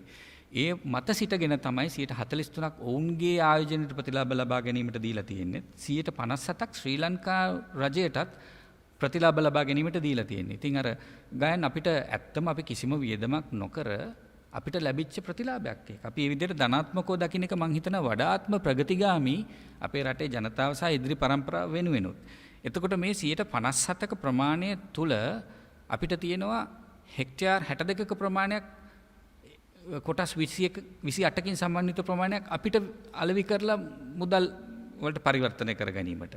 ඊට අමතරව තව හෙක්ටයාර් 91ක ප්‍රමාණයක් තියෙනවා පොදු ප්‍රදේශ කොමන් ඒරියාස් විදිහට. ඒ කියන්නේ පාක් එහෙම නැත්නම් අපි උද්‍යාන ඊට පස්සේ පොදු වෙරළ තීරය කිලෝමීටර් 1.6ක් දිග. ඊට පස්සේ පොදු මාවත් ඊට පස්සේ අපේ තියෙන රීජනල් පාක්ස් කියලා. ඒ කියන්නේ කලාපීය පොඩි උද්‍යාන ඊළඟට විනෝදාස්වාදයේ සපයන ප්‍රදේශ මේ සියල්ලම ශ්‍රී ලංකා රජයේ තුල තියෙන ඒවා. එතකොට මේ ප්‍රදේශ විවෘතව තියෙන ප්‍රදේශවලත් ඉදිරියේදී සිදු කරන යම් උපයා ගැනීම උදාහරණයකට අපි හිතන්න යම් කිසි පාක්කයක එහෙම නැත්නම් යම් කිසි පොදු විනෝදාශ්‍රවත ලැබෙන තැනක යම් කිසි මුදලක් අය කෙරුණා නම් එහෙම නැත්නම් යම් කිසි පහසුකමකින් යම් කිසි මුදලක් අය කෙරුණා නම් ඒ සියල්ලම ශ්‍රී ලංකා රජයට බදු වශයෙන් නැවත සැරයක් එනවා. ඊට අමතරව මේ 43%ක අයිතිය තියෙන කොටස් වලත් චීන සමාගම විසින් නැවත යම් අනිත් ලෝකයේ තියෙන වෙනත් සමාගම් වලට නැවත බදු දීම තුළ ඒ සමාගම් වලින් සිදු කරන ව්‍යාපෘති හරහාත් අපිට බදු ආදායම් නොඑක ආකාරයේ ඍජු සහ වක්‍ර ආකාරයට රජයට විශාල ප්‍රමාණයක ආදායමක් ජනනය වෙනවා. හොඳයි මහාචාර්ය සිරිමල් අබිරත්න මහත්මයා දැන් මෙතුමන් මතු කරපු කාරණාවක් තමයි මෙතුමන් නෙමෙයි කෝණ කෙනෙක්ට හිතන දෙයක් තමයි ඕනම සමාගමක් යම්කිසි මුදලක් ආයෝජනය කරන්නේ යම්කිසි ප්‍රතිලාභයක් බලාපොරොත්තු. චීන සමාගමත් එහෙමනේ. ඒ අය වෙන අපේ රට පිළිබඳව සත්භාවයකින් මේ ආයෝජනය කරා කියලා කියන්න බෑනේ. දැන් එතකොට අපි වහගෙන ඉන්න රටේ පුරවැසියෙක්ට හිතෙන්න පුළුවන් මේක විශේෂිත ආර්ථික කලාපයක් චීන සමාගමක් මේකේ මුදල් ආයෝජනය කරලා තියෙන්නේ. මේකේ ඩොලර් සහ විදේශ මුදල් වලින් ගණනදුන කෙරෙන්නේ. අපිට මොනවද ලැබෙන ප්‍රතිලාභ කියලා මේ රටේ අහිංසක පොළොන්නරුවේ අනුරාධපුර වවුනියාව ත්‍රිකුණාමලේ ඉන්න මිනිස්සෙට මොනවද මේක මෙහෙම හැදෙයි. ඒ මිනිස්සෙට මොනවද ලැබෙන ප්‍රතිලාභ? මම හිතන්නේ දැන් අද අපි මේ වෙනකොට මේ අවස්ථාව වෙනකොට ඒකේ ප්‍රතිලාභ ලැබෙන මාර්ග කීපයක් තියෙනවා. ඒ මාර්ග වලින් තමයි මම මේ පැහැදිලි කරන්න යන්නේ එකින් එක අරගෙන කීපයක්. පළවෙනි එක අපි මේ වෙනකොට අපි දන්නවා අපි සියලු දෙනාම දන්න දෙයක් තමයි අපිට තියෙනවා ඩොලර් විදේශ මුදල් පිළිබඳ ප්‍රශ්නයක්. එතකොට මේ විදේශ මුදල් හොයන්න තියෙන ක්‍රම දෙකයි තියෙන්නේ. ණය ගැනීම අත්හැරියාම තියෙන ක්‍රම දෙකයි. ඒ කියන්නේ ස්ථාවර විදියට දිගු කාලීන විදියට වැඩි වෙන විදේශ විනිමය ලැබෙන්නේ අපනයන වලින්. අපනයන වැඩි වෙන්න නම් අපනයන කියනකොට අපි බලාපොරොත්තු වෙන්නේ මේ ඇඟලුම් සහ තේ පමණක් නෙමෙයි. සේවා අපනයනය. දැන් අපි මේ පෝට් සිටි මේ වරාය නගරයේ බලාපොරොත්තු වෙන්නේ සේවා මධ්‍යස්ථානයක් වශයෙන් ජාත්‍යන්තර සේවා සංකේන්ද්‍රණය වුණු මධ්‍යස්ථානයක් වශයෙන්. එතකොට මේ සේවා අපනයන භාණ්ඩයක් අපේ ආර්ථික විද්‍යාවේ නිර්වචනය අනුව. එතකොට අපනයන වලින් අපනයන වලට අමතරව ඒ අපනයන සඳහාම අපිට අවශ්‍ය කරනවා තව දෙයක්. ඒ තමයි විදේශ ආයෝජන කියන එක. ඉතින් මෙන්න මේ කාරණා දෙකෙන් තමයි ස්ථීර වශයෙන් දිගු කාලීන වශයෙන් වර්ධනය වෙන විදේශ ආයෝජන ප්‍රවාහයක් රටට ලැබෙන්නේ. ඉතින් ඒතර අපිට පැහැදිලි වෙනවා මේ ව්‍යාපෘතියේ තියෙන වටිනාකම අපිට අද අපි මුණ දීලා තියෙන මේ ප්‍රශ්නයට ඉතාමත්ම වැදගත් පිළිතුරක් ලැබෙන සන්ධිස්ථානයක් තමයි මේක. දෙවෙනි තැන තමයි මේක ලංකාවේම ප්‍රදේශයේම කොටසක්. ඒතර මේකේ ව්‍යාපාර කරන අය, මේකේ වැඩ කරන අය ලංකාවේ අයත් ඉන්නවා. මම කතා කරන්නේ විදේශ වලින් ඇවිල්ලා ඉන්න අය. විදේශ වලින් ඇවිල්ලා ඉන්න අය මෙතන ව්‍යාපෘති කරන අය, මෙතන සේවා සපයන අය, ඒ සියලු දෙනාම මෙතෙන්ට විතරක් නෙමෙයි සම්බන්ධ වෙන්නේ. මේ භූමි භාගයේ මේ අක්කර 660ක් පමණ වන මේ භූමි භාගය තුල විතරක් නෙමෙයි මේගොල්ලෝ ජීවත් වෙන්නේ. මේගොල්ලෝ අපේ ප්‍රධාන අපේ ලංකාව එක්ක ගොඩක් සම්බන්ධ වෙන කට්ටියක් වෙන්න ඕනේ.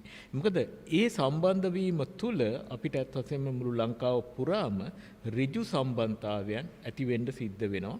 වීකෙන්ඩ් එක සතියාන්තය ඒගොල්ලන්ට ගත කරන්න සිද්ධ වෙන සමාටයි. ඒගොල්ලන්ට යන්න එන්න සිද්ධ වෙනවා. ඒතකොට අපේ ගුවන්තොට පොළ පාවිච්චි වෙනවා. ඒ වගේම ඒගොල්ලන්ගේ ගනුදෙනු සඳහා අපේ තියෙන පහසුකම්, අපේ තියෙන කොමියුනිකේෂන් සංනිවේදන පහසුකම්, තාක්ෂණය පාවිච්චි වෙනවා. ඒ වගේම අපේ භූමිය පාවිච්චි වෙනවා. අපේ භාණ්ඩ හා සේවා, ගමේ ඉන්න එළවලු ගොවියන්ගේ පවා නිෂ්පාදනයට ලොකු ඉල්ලුමක් මෙතන තියෙනවා රට පුරා මේකේ. ඒක තව තැනක්. තුන්වෙනි එක අපේ අයට මම දකින ලංකාවේ තියෙන ප්‍රධාන දුර්ලභමක් තමයි අපේ මේ විශ්වවිද්‍යාලයට ඇතුළුව අපි අර ජාත්‍යන්තරයත් එක්ක තියෙන අපිට විවෘත වීම බොහොම අඩුයි. අල්ප වෙලා තියෙන අපේ විවෘත වීම හුඟක් සීමා වෙලා තියෙනවා. අපි ඔකට හොඳ කතාවක් කියනවා මේ අර ළිඳ ඇතුලේ ඉන්න මැඩියෝ වගේ කියලා. ඉතින් ඒ අර දූපත් මානසිකත්වය කියන එක හුඟක් ලොකුවට තියෙනවා අපි අතර. ඉතින් අපි පිළිබඳව විවේචනය කරන්න අවශ්‍යයි. එතකොට මේ වගේ තරක අපි ලෝකයේ තියෙන හොඳම ව්‍යාපාර කළමනාකාරීත්වයත් එක්ක, හොඳම ව්‍යාපාරික සමාගම් එක්ක, හොඳම වෘත්තිකයන් එක්ක අපි එකතු වෙනවා නම්, අපි එකට වැඩ කරනවා නම් ඇත්ත වශයෙන්ම අපේ විවෘතභාවය වැඩි වෙනවා. ඒක අපිට ඊටාත්ම හොඳයි. අපේ තියෙන හැකියාවන් වර්ධනය කරගන්න අපිට ඊටාම අවශ්‍ය වෙන දෙයක්. මොකද අපි හිතනවා දැන් මම නම් මගේ කණ්ඩායමේ ඉන්න හොඳම මිනිසයා, මට එතනින් එහාට දියුණු වෙන්න දෙයක් නැහැ. මොකද මගේ කණ්ඩායමේ මගේ සීමාවන් තුලින්ම මගේ වර්ධනය, මගේ දියුණුව මම නවත්තගෙන ඉන්නේ. නමුත් අපි ජාත්‍යන්තර ගෝලීකරණයත් එක්ක අපි එකතු වෙනවා නම් ඇත්ත වශයෙන්ම අපිට තව ඉඩකඩ හුඟක් විවෘත වෙනවා. අපේ රටේ තියෙන වෘත්තීමය හැකියාවන්, අධ්‍යාපනික හැකියාවන්, ඒ වගේම කුසලතාවයන්, ඔය සියල්ල, ඒ වගේම ව්‍යාපාරන්ත වලටත් අලුත් ව්‍යාපාරික අලුත් වෙළඳපොළවල් මේ සියල්ල විවෘත කර ගැනීමට අපිට තරඟකාරීව එකට වැඩ කිරීමේ ඉඩ ප්‍රස්තාව මෙතන ලැබෙනවා.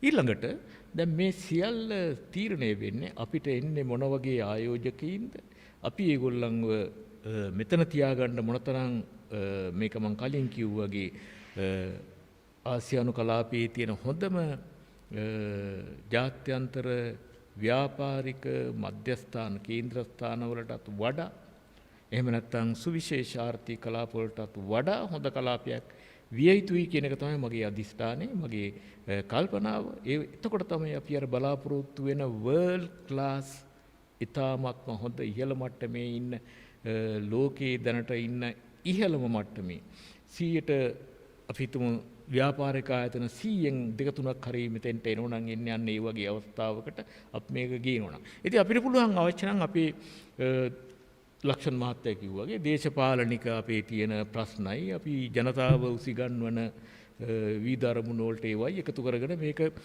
අර මේ කඩල සහ ඉස්සෝ වඩේ විකුණන තැනක් වගේ පවත්වාගෙන යන්න පුළුවන් ඒ අනාගතයේදී. හැබැයි අපි බලාපොරොත්තු වෙන හැම දෙයක් නෙමෙයිනේ මේක ඊට වඩා අතිවිශාල ආර්ථික වශයෙන් ප්‍රතිලාභ ලැබෙන තැනක් බවට පත් කරගෙන යන්න. ඉතින් එහෙමනම් ඇත්ත වශයෙන්ම අපිට ඒ වෙනුවෙන් කටයුතු කරන්න සිද්ධ වෙනවා. එහෙම වුණොත් තමයි අපි ওই කියන විශේෂ ආර්ථික ප්‍රතිලාභ අපේ රටට ලබා ගන්න පුළුවන් වෙන්නේ. හොඳයි, රට පැත්තෙන් ගත්තම මේ වගේ ආර්ථික ප්‍රතිලාභ ලැබෙනවා. දැන් ඊළඟ දේ තමයි කොහොම හරි අපේ රටේ පුරවැසියෙක්ට හිතෙන්න පුළුවන් මේ තරම් සුන්දරව ගොඩනැගෙන මේ තරම් අලුත් ක්‍රමවේදයට ගොඩනැගෙන මේ වරාය නගරයට අපිටත් යන්න පුළුවන්ද කියලා. එහෙම ප්‍රශ්නයක් එන්න පුළුවන් රටේ පුරවැසියෙක්ට ලක්ෂ්මන් සිරිවර්ධන මැතිතුමනි.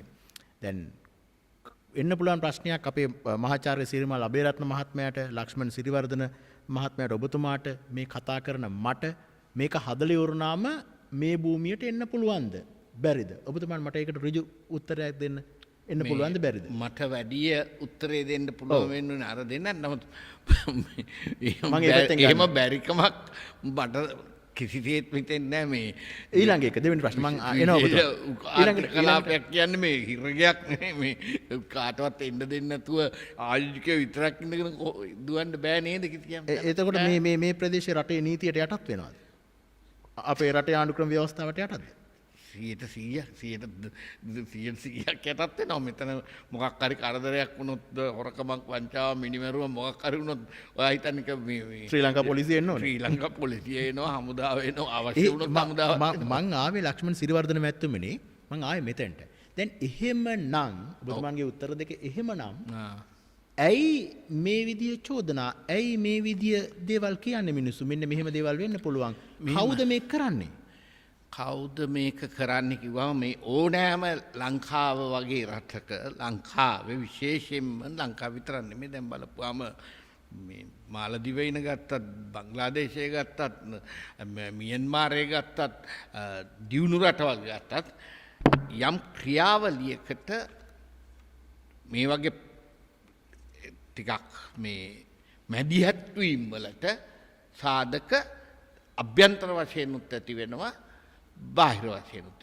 ශ්‍රී ලංකාවේ උපාය මාර්ගික පිහිටීම, ස්ට්‍රැටජික් ලොකේෂන් ඔෆ් ශ්‍රී ලංකා කියලා ඔය කවුරුත් කියන උපාය මාර්ගික වැදගත්කම අපි ආසියාකරයට යන නැව් මාර්ගයන්ගෙන් 70%කටත් වැඩිය අපේ මේ මුහුදු තීරයෙන් යන්නේ. මේක හරිම ස්ට්‍රැටජික් මේ වටිනාකමක් ඇති උපාය මාර්ගික වටිනාකමක් ඇති තැනක්. එතකොට දැන් මේ අතරේ ඩිවලොප්මන්ට් එකක් ආවා. මම මේ පළවෙනියෙන් යන්නේ ජාත්‍යන්තරව මොකද්ද මේ වෙන්නේ කියලා. පළවෙනියෙන්ම වෙච්ච දේ තමයි ඉන්දියන් සාගර කලාපයේ ඒ වටිනාකම දසදහස් ගුණයකින් වැඩි වෙන ආසියාව සංවර්ධනයේ කේන්ද්‍රස්ථානයේ බවට පත් වෙනවා. චීනයේ නැගිටීම, ඉන්දියාව මේ වෙනකොට ඉන්දියාව අති විශාල වේගයකින් ආර්ථික වර්ධනයක් ලබන රටක්. 8%ක් 9ක් දක්වා වර්ධනයක් මේ මොකක්ද ඒකට කියන්නේ පැන්ඩමික් කොවිඩ් කලබගෑනි අස්සෙත් ලබලා තියෙන රටක්. එතකොට මේකේ ඔක්කොගේම අවධානය යොමු වෙන තැනක ඊටාම මර්මස්ථානයක අපි ඉන්නවා. ඉන්දියාවට නෑ අපිට තරම් හොඳ වරායවල්. ගැඹුර වශයෙන් ගත්තහම ඉන්දියාවට යන්න වරායවල් හරවලා යනවා. ඒකින්ද අපි ඉන්දියාවට අතරමැදි සැපයුම් කරුවෙක් වරායක් හැටියට පත් වෙනවා. ඊළඟට හදිසි යම් විශේෂ අවස්ථාවකදී ශ්‍රී ලංකාව සංග්‍රාමික වැදගත්කමකුත් දරන බව අතීතයේ ඉඳලා දැකලා තියෙනවා. ඒගොල්ලෝ 60 ගණන් වල ඉඳලා දැකලා තියෙනවා. එතකොට මේ தත්ත්වය යටතේ චීනයේ නැගිටීම කියන එක ගැන එක්තරා සාධාරණ සමහරට ඕනෑටත් වැඩිය බීතිකාවකට පත්වෙච්ච ප්‍රධාන රාජ්‍යයන් දෙකක් එක්ක අපි ගනුදෙනු කරනවා. එකක් ඉන්දියාව අපේ සමීපතම එක්තරා මිතුරු රාජ්‍යයක් අතීතයේ ඉඳලා මිත්‍රත්වය සහ ඊට ප්‍රතිවිරුද්ධ දේවලුත් වෙලා තියෙනවා ඒ රාජ්‍ය ප්‍රදේශ. ඊළඟට ඇමරිකාවත් අපේ අපනයන මේ ප්‍රධාන අපනයනේ 80%ක් 90ක් ගන්න රටක්. ඊට අමතරවත් ඉතින් අපේ හිතවත් මිත්‍රකම් තියෙන. එතකොට ඒ රටවල් දෙකම චීනයේ නැගිටීමත් එක්ක චීනය සමග සමීප වෙන හෝ චීනය සමීප වෙන ආයෝජන අවස්ථාවන්ට වේවා ඔක්කොම ගැන බීතියකින් බලනවා. අර ඉස්සෙල්ල කිව්ව නේද බෙල්ට් ඇන්ඩ් රෝඩ් ඉනිෂියේටිව් මොකක්ද ඒක තීරුවක් සහ මාවතක් කියලා චීනය ආරම්භ කළා ව්‍යාපෘතියක්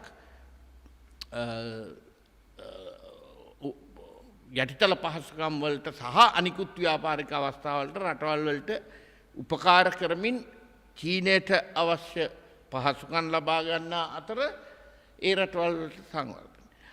අපේ මේ ව්‍යාපෘතියට සල්ලි හොයනකොට මහින්ද රාජපක්ෂ ජනාධිපතිතුමා කාලේ එතුමට වාසියට හිටියා මේගොල්ලෝ මේකට මේ තීරුවක් සහ මාවතක් කියන එහෙම නැත්නම් බෙල්ට් ඇන්ඩ් රෝඩ් ඉනිෂියේටිව් එකේ අපි මුලින්ම කැමති වෙච්ච හැටියට චීන අයටත් හිතුණා අඩේ මේක අපිට ලබාගෙන මේක කරන්න පුළුවන්.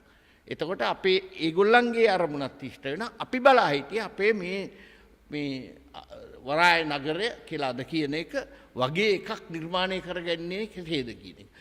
මේ වගේ එකකට ආයෝජනය කිරීමේ ශක්තිය තියෙන පෞද්ගලික හෝ පොදු සමාගමක් ලෝකයේ තියෙන ඉතාම කලාතුරකින්.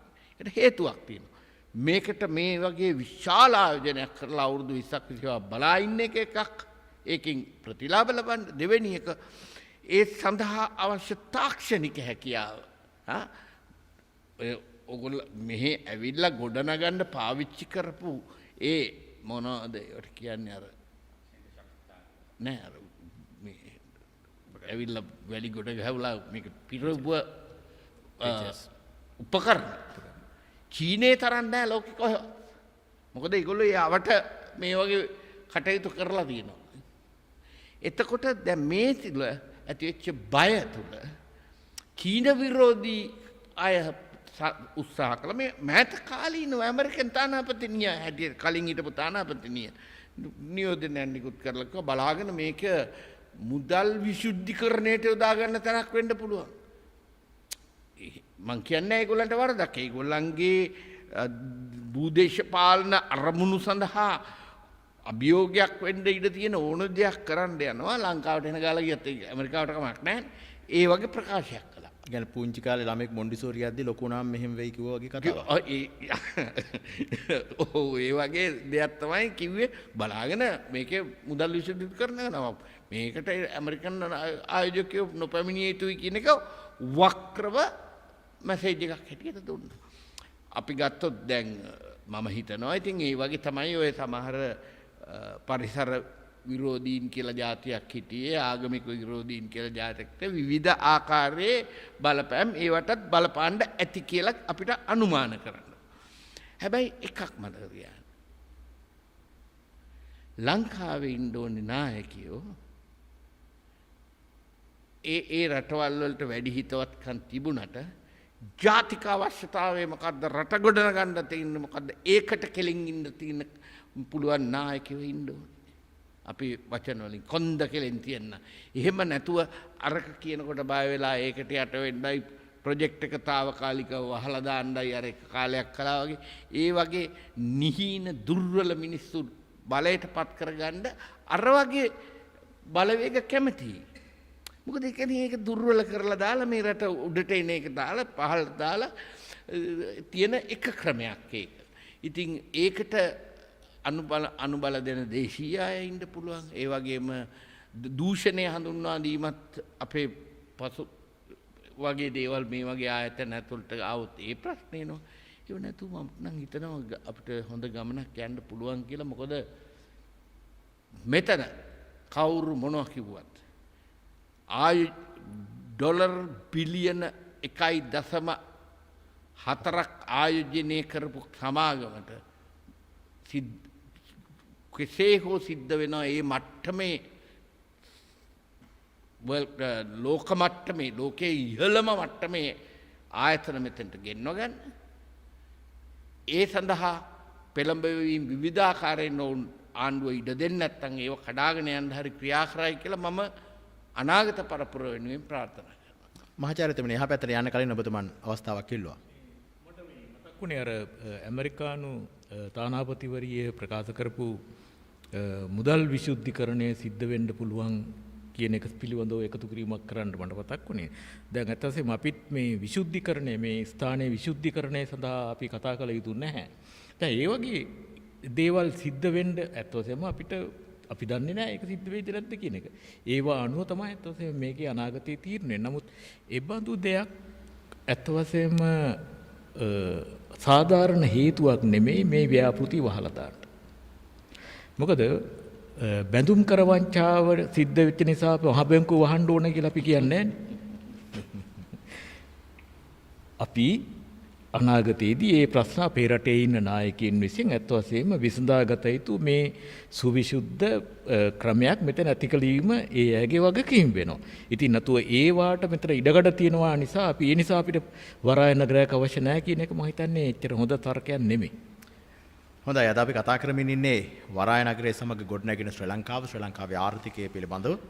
මගේ වම්මත පැත්තෙන් විශේෂයෙන්ම මේට ප්‍රතිවිරුද්ධව සිට වරාය නගරයේ දෙස බලාගෙන සිටින මහාචාර්ය සිරිමල් අබේරත්න මහත්මයා සහ ආර්ථික හා දේශපාලන විද්‍යාව පිළිබඳ විශ්ලේෂක ලක්ෂ්මන් සිරිවර්ධන මහත්මයා ඉන්නවා. දකුණු අත පැත්තෙන් කොළඹ වරාය සංවර්ධන ව්‍යාපෘතියේ නියෝජ්‍ය ව්‍යාපෘති අධ්‍යක්ෂ කනිල් හත්තටුව මහත්මයා සමග එහි සිවිල් ඉංජිනේරු නයනු බේසිංහ මහත්මයා ඉන්නවා.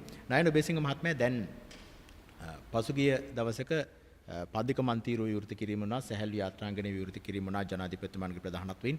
ඉන්පස්සේ දැන් ජනතාව එනවා මේ වරාය නගරය බලා කියා ගන්න. අර මුලින්ම ඇතුල් වෙන්නවත් බැරි වෙයි කියලා හිතුව ජනතාවට දැන් ඔන්න පොඩ්ඩක් ඇවිල්ලා කරලා තියෙන්නේ මොනවද කියලා බලා ගන්න පුළුවන්. මොකද්ද මේ ජනතාවට අවස්ථාව දෙන්න කල්පනා කරේ? අය ඔබතුමාලගේ ඉදිකිරීම කටයුතු තාමත් යනවා. ඔබතුමාලට බාධාවක් නෙවෙයිද මේ ජනතාව වෙන එක? මොකක්ද මේ තත්ත්වය? ඕකයන් දැනට වරාය නගරේ ඉදිකිරීම් කටයුතු ඇත්ත වශයෙන්ම මම කලින් සඳහන් කරා වගේ මේක යටිතල පහසුකම් තමයි දැනට ඉදිකිරීම් කටයුතු කරගෙන යන්නේ. ඒ කියන්නේ මේකේ හෙක්ටයාර්ස් 269ම ඉදිකිරීම් කටයුතු දැනට කරගෙන ගියා මේ දක්වා. එතකොට අපිට මේක විවෘත කරන්නේ හැකියාවක් නැහැ සාමාන්‍ය ජනතාවට. මොකද අපිට සාමාන්‍ය ජනතාව මේකට පැමිණියොත් උන්ගේ ආරක්ෂාව ගැන අපිට සහතික වීමට හැකියාවක් නැහැ. නමුත් අපි දැන් මේක ඉදිකිරීම් එක කොටසක් සම්පූර්ණයෙන්ම අවසන් කරලා තියෙනවා. මරීනා කියන ප්‍රදේශයේ දැනට ඉදිකිරීම් සම්පූර්ණයෙන්ම නිම කරලා තියෙනවා. ඒ කියන්නේ නගර අලංකරණය සහ සියලුම පහසුකම් ඒ මරීනා ප්‍රදේශයේ අවසන් කරලා තියෙනවා. එතකොට අපි කල්පනා කරා මේක අපිට මහ ජනතාවට පාවිච්චි කරන්න, ඇවිල්ලා බලන්න අවස්ථාව ලබා දෙන්න පුළුවන් කියලා. ඒ අනුව තමයි අපි කොටස් වශයෙන් මේ වරාය නගරය මහ ජනතාවට විවෘත කරන්න තීරණය කරේ. අවසාන මොහොත දක්වා රැඳී සිටින්නේ නැතුව. ඇත්තටම මහ ජනතාවගෙන් විශාල ප්‍රතිචාරයක් අපිට ලැබිලා තියෙනවා. දැනට සති දෙකක් පමණ වෙනවා මහ ජනතාවට විවෘත කරලා. දිනකට 8000ක් දසදහසක් පමණ ජනතාවක් පැමිණෙනවා දෛනිකව. ඒ තරම් මහ ජනතාවගේ උනන්දුවක් තියෙනවා මේක දැක බලා ගන්න.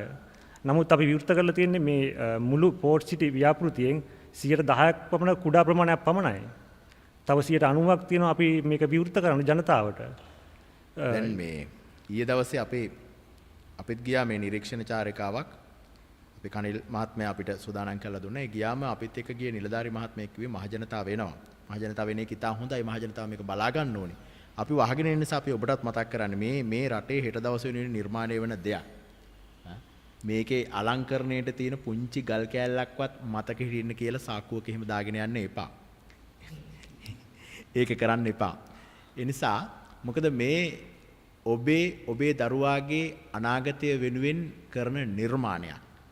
මෙය රැකගත්තොතින් ඒ ඔබට ඔබේ දරුවාට දරුවාගේ දරුවන්ට පවා ප්‍රතිලාභ ලබා ගන්න පුළුවන් දෙයක්. හෙට රට පිළිබඳව අපිට යහපත් බලාපොරොත්තු තියාගන්න පුළුවන් දෙයක්. ඔබට මේ භූමියට එන්න අවසර දීලා තින්නේ ඔබට මේ භූමිය බලලා ඔබ ශ්‍රී ලාංකිකයෙක් විදිහට ශ්‍රී ලාංකික භූමියේ ඉදිවෙන තවත් කොටසක් පිළිබඳව බලා කියා ගන්න අවස්ථාව දෙන්න. ඒ නිසා ඒක පරිස්සම් කර ගැනීමේ වගකීම තියෙන්නේ ඔබටම තමයි. දැන් සිවිල් ඉංජිනේරු නයනු බේසිංහ මහත්මයා දැන් මේ භූමිය හැදුවම වර්ග කිලෝමීටර් 3කට ආසන්නයි නේද?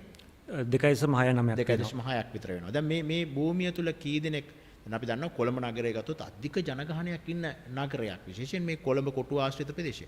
මේ භූමිය තුල කොහොමද මේ ජනගහනය පදිංචි කිරීම මේ ඇයට තිබෙන පහසුකම් එතකොට රැකියා කොයිතරම් ප්‍රමාණයක් තුල උත්පාදනය වේද මොනවද ඒ සඳහා තිබෙන සැලසුම? ඕක මේක පෝට් සිටි කියන වරාය නගරය සැලසුම් කරන අවස්ථාවේදීම අපි මේකේ කොයිතරම් ජනගහනයක් රැඳවන්න පුළුවන්ද කියන දේ ඇස්තමේන්තු කරලා තියෙන්නේ. ඒ කියන්නේ අපි මේක ස්ථිර පදිංචි කරුවන් විදියට 75000ක ප්‍රමාණ ජනගහනයක් මේකේ පදිංචි කරවන්න තමයි සැලසුම් කරලා තියෙන්නේ. ඊට අමතරව දෛනිකව මේක රාජකාරී කටයුතු සඳහා පැමිණෙන පිරිස ගත්තොත් එහෙම ලක්ෂ 3කට අධිකයි. ඒ කියන්නේ දෛනිකව මේකේ වැඩ කරන ප්‍රමාණය ලක්ෂ 3කට අධිකයි. මේ සියලුම දෙනා ඒ කියන්නේ කොළඹ නගරයත් එක්ක බැලුවොත් එහෙම මේකෙදී අධික ජනගහනයක් සහ විශාල රැකියා අවස්ථා ප්‍රමාණයක් බිහි වෙනවා ඉදිරියට. සහ මේකත් එක්ක අපිට ලැබෙන ප්‍රතිලාභයක් ගත්තොත් එහෙම මේකට සේවය සපයීම සම්බන්ධයෙන් ගත්තොත් එහෙම කොළඹ නගරයෙන් තමයි මේකට අවශ්‍ය සියලුම පහසුකම් සහ සේවා සපයන්න ඕන. කොළඹ නගරය සහ අපේ රටෙන් උදාහරණයක් වශයෙන් ගත්තොත් එහෙම අපේ මේක ඇතුලේ හොටෙල්ස් තියෙනවා. සහ රෙස්ටෝරන්ට් තියෙනවා. මේ හැම දෙයකටම හිතන්න අපි මේකට පළතුරු ගේන්න ඕන කියලා. හොටෙල් එකකට අවශ්‍ය පළතුරු. එතකොට අපිට පුළුවන් නුවරඑළියෙන් මේකට අවශ්‍ය සප්ලයි එක දෙන්න. ඒක නුවරඑළින ගොවියට පවා මේක ප්‍රතිලාභය ලැබෙනවා. කොළඹ නගරයට පමණක් නෙමෙයි මේක ප්‍රතිලාභ ලැබෙන්නේ මුළු රටටම. ඊට අමතරව මේක ගත්තොත් එහෙම අපි දැන් මම කලින් පැහැදිලි කිරීමත් එක්ක ගත්තොත් එහෙම දැනට අපි මරිනා ප්‍රදේශය විවෘත කරලා තියෙන මහ ජනතාවට. අපේ ඊළඟ අදියර තමයි මේකේ අපි ගාව තියෙන 1.6 කිලෝමීටර් දුර කෘත්‍රිම වෙරළ තීරයක්. පෝට් සිටිය දිගේ කොළඹ නගරය ගත්තොත් එහෙම අපිට වෙරළ තීරයක් දැනට නැහැ. නමුත් අපි කොළඹට අලුතෙන් වෙරළ තීරයක් ලබා දීලා තියෙනවා මේ පෝට් සිටිය හරහා. දෙවනි අධීරයේදී අපි යන්නේ මේ වෙරළ තීරය මහ ජනතාවට විවෘත කරන්න. ඒ අනුව අධීරයෙන් අධීරය තමයි අපි මේ කොළඹ වරාය නගරය මහ ජනතාවට විවෘත කරන්න සැලසුම් කරලා තියෙන්නේ. හොඳයි දැන් මේ ඔය ඔබතුමන් කියනවා විශේෂයෙන්ම මේ තුල සාමාන්‍ය ජනතාවට තියෙන අවස්ථාවන් පිළිබඳව කිව්වේ. තවදුරටත් අපි පැහැදිලි කරගත්තොත් මේ භූමිය තුල වරාය නගරයේ කියන භූමිය තුල දැන් ඔබතුමන් කිව්වා කෘත්‍රිම වෙරළ තීරය ජනතාවට විවෘත කරනවා. දැන් යම් කොටසක් පදිකමන් තීරුවක් විවෘත කරලා තියෙන්නේ. දැන් ඒ අය දැන් එනවා. දැන් අනාගතයේදී මේ තුල රටේ සාමාන්‍ය ජනතාවට මොනවද තියෙන දේවල්? අපි ආයෝජකයන්ට තමයි කතා කරන්නේ. ආයෝජකයව තමයි ගොඩක් දේවල් ලැබෙන්නේ. සාමාන්‍ය ජනතාවට මේක ඇතුලේ මොනවද කරන්න පුළුවන්?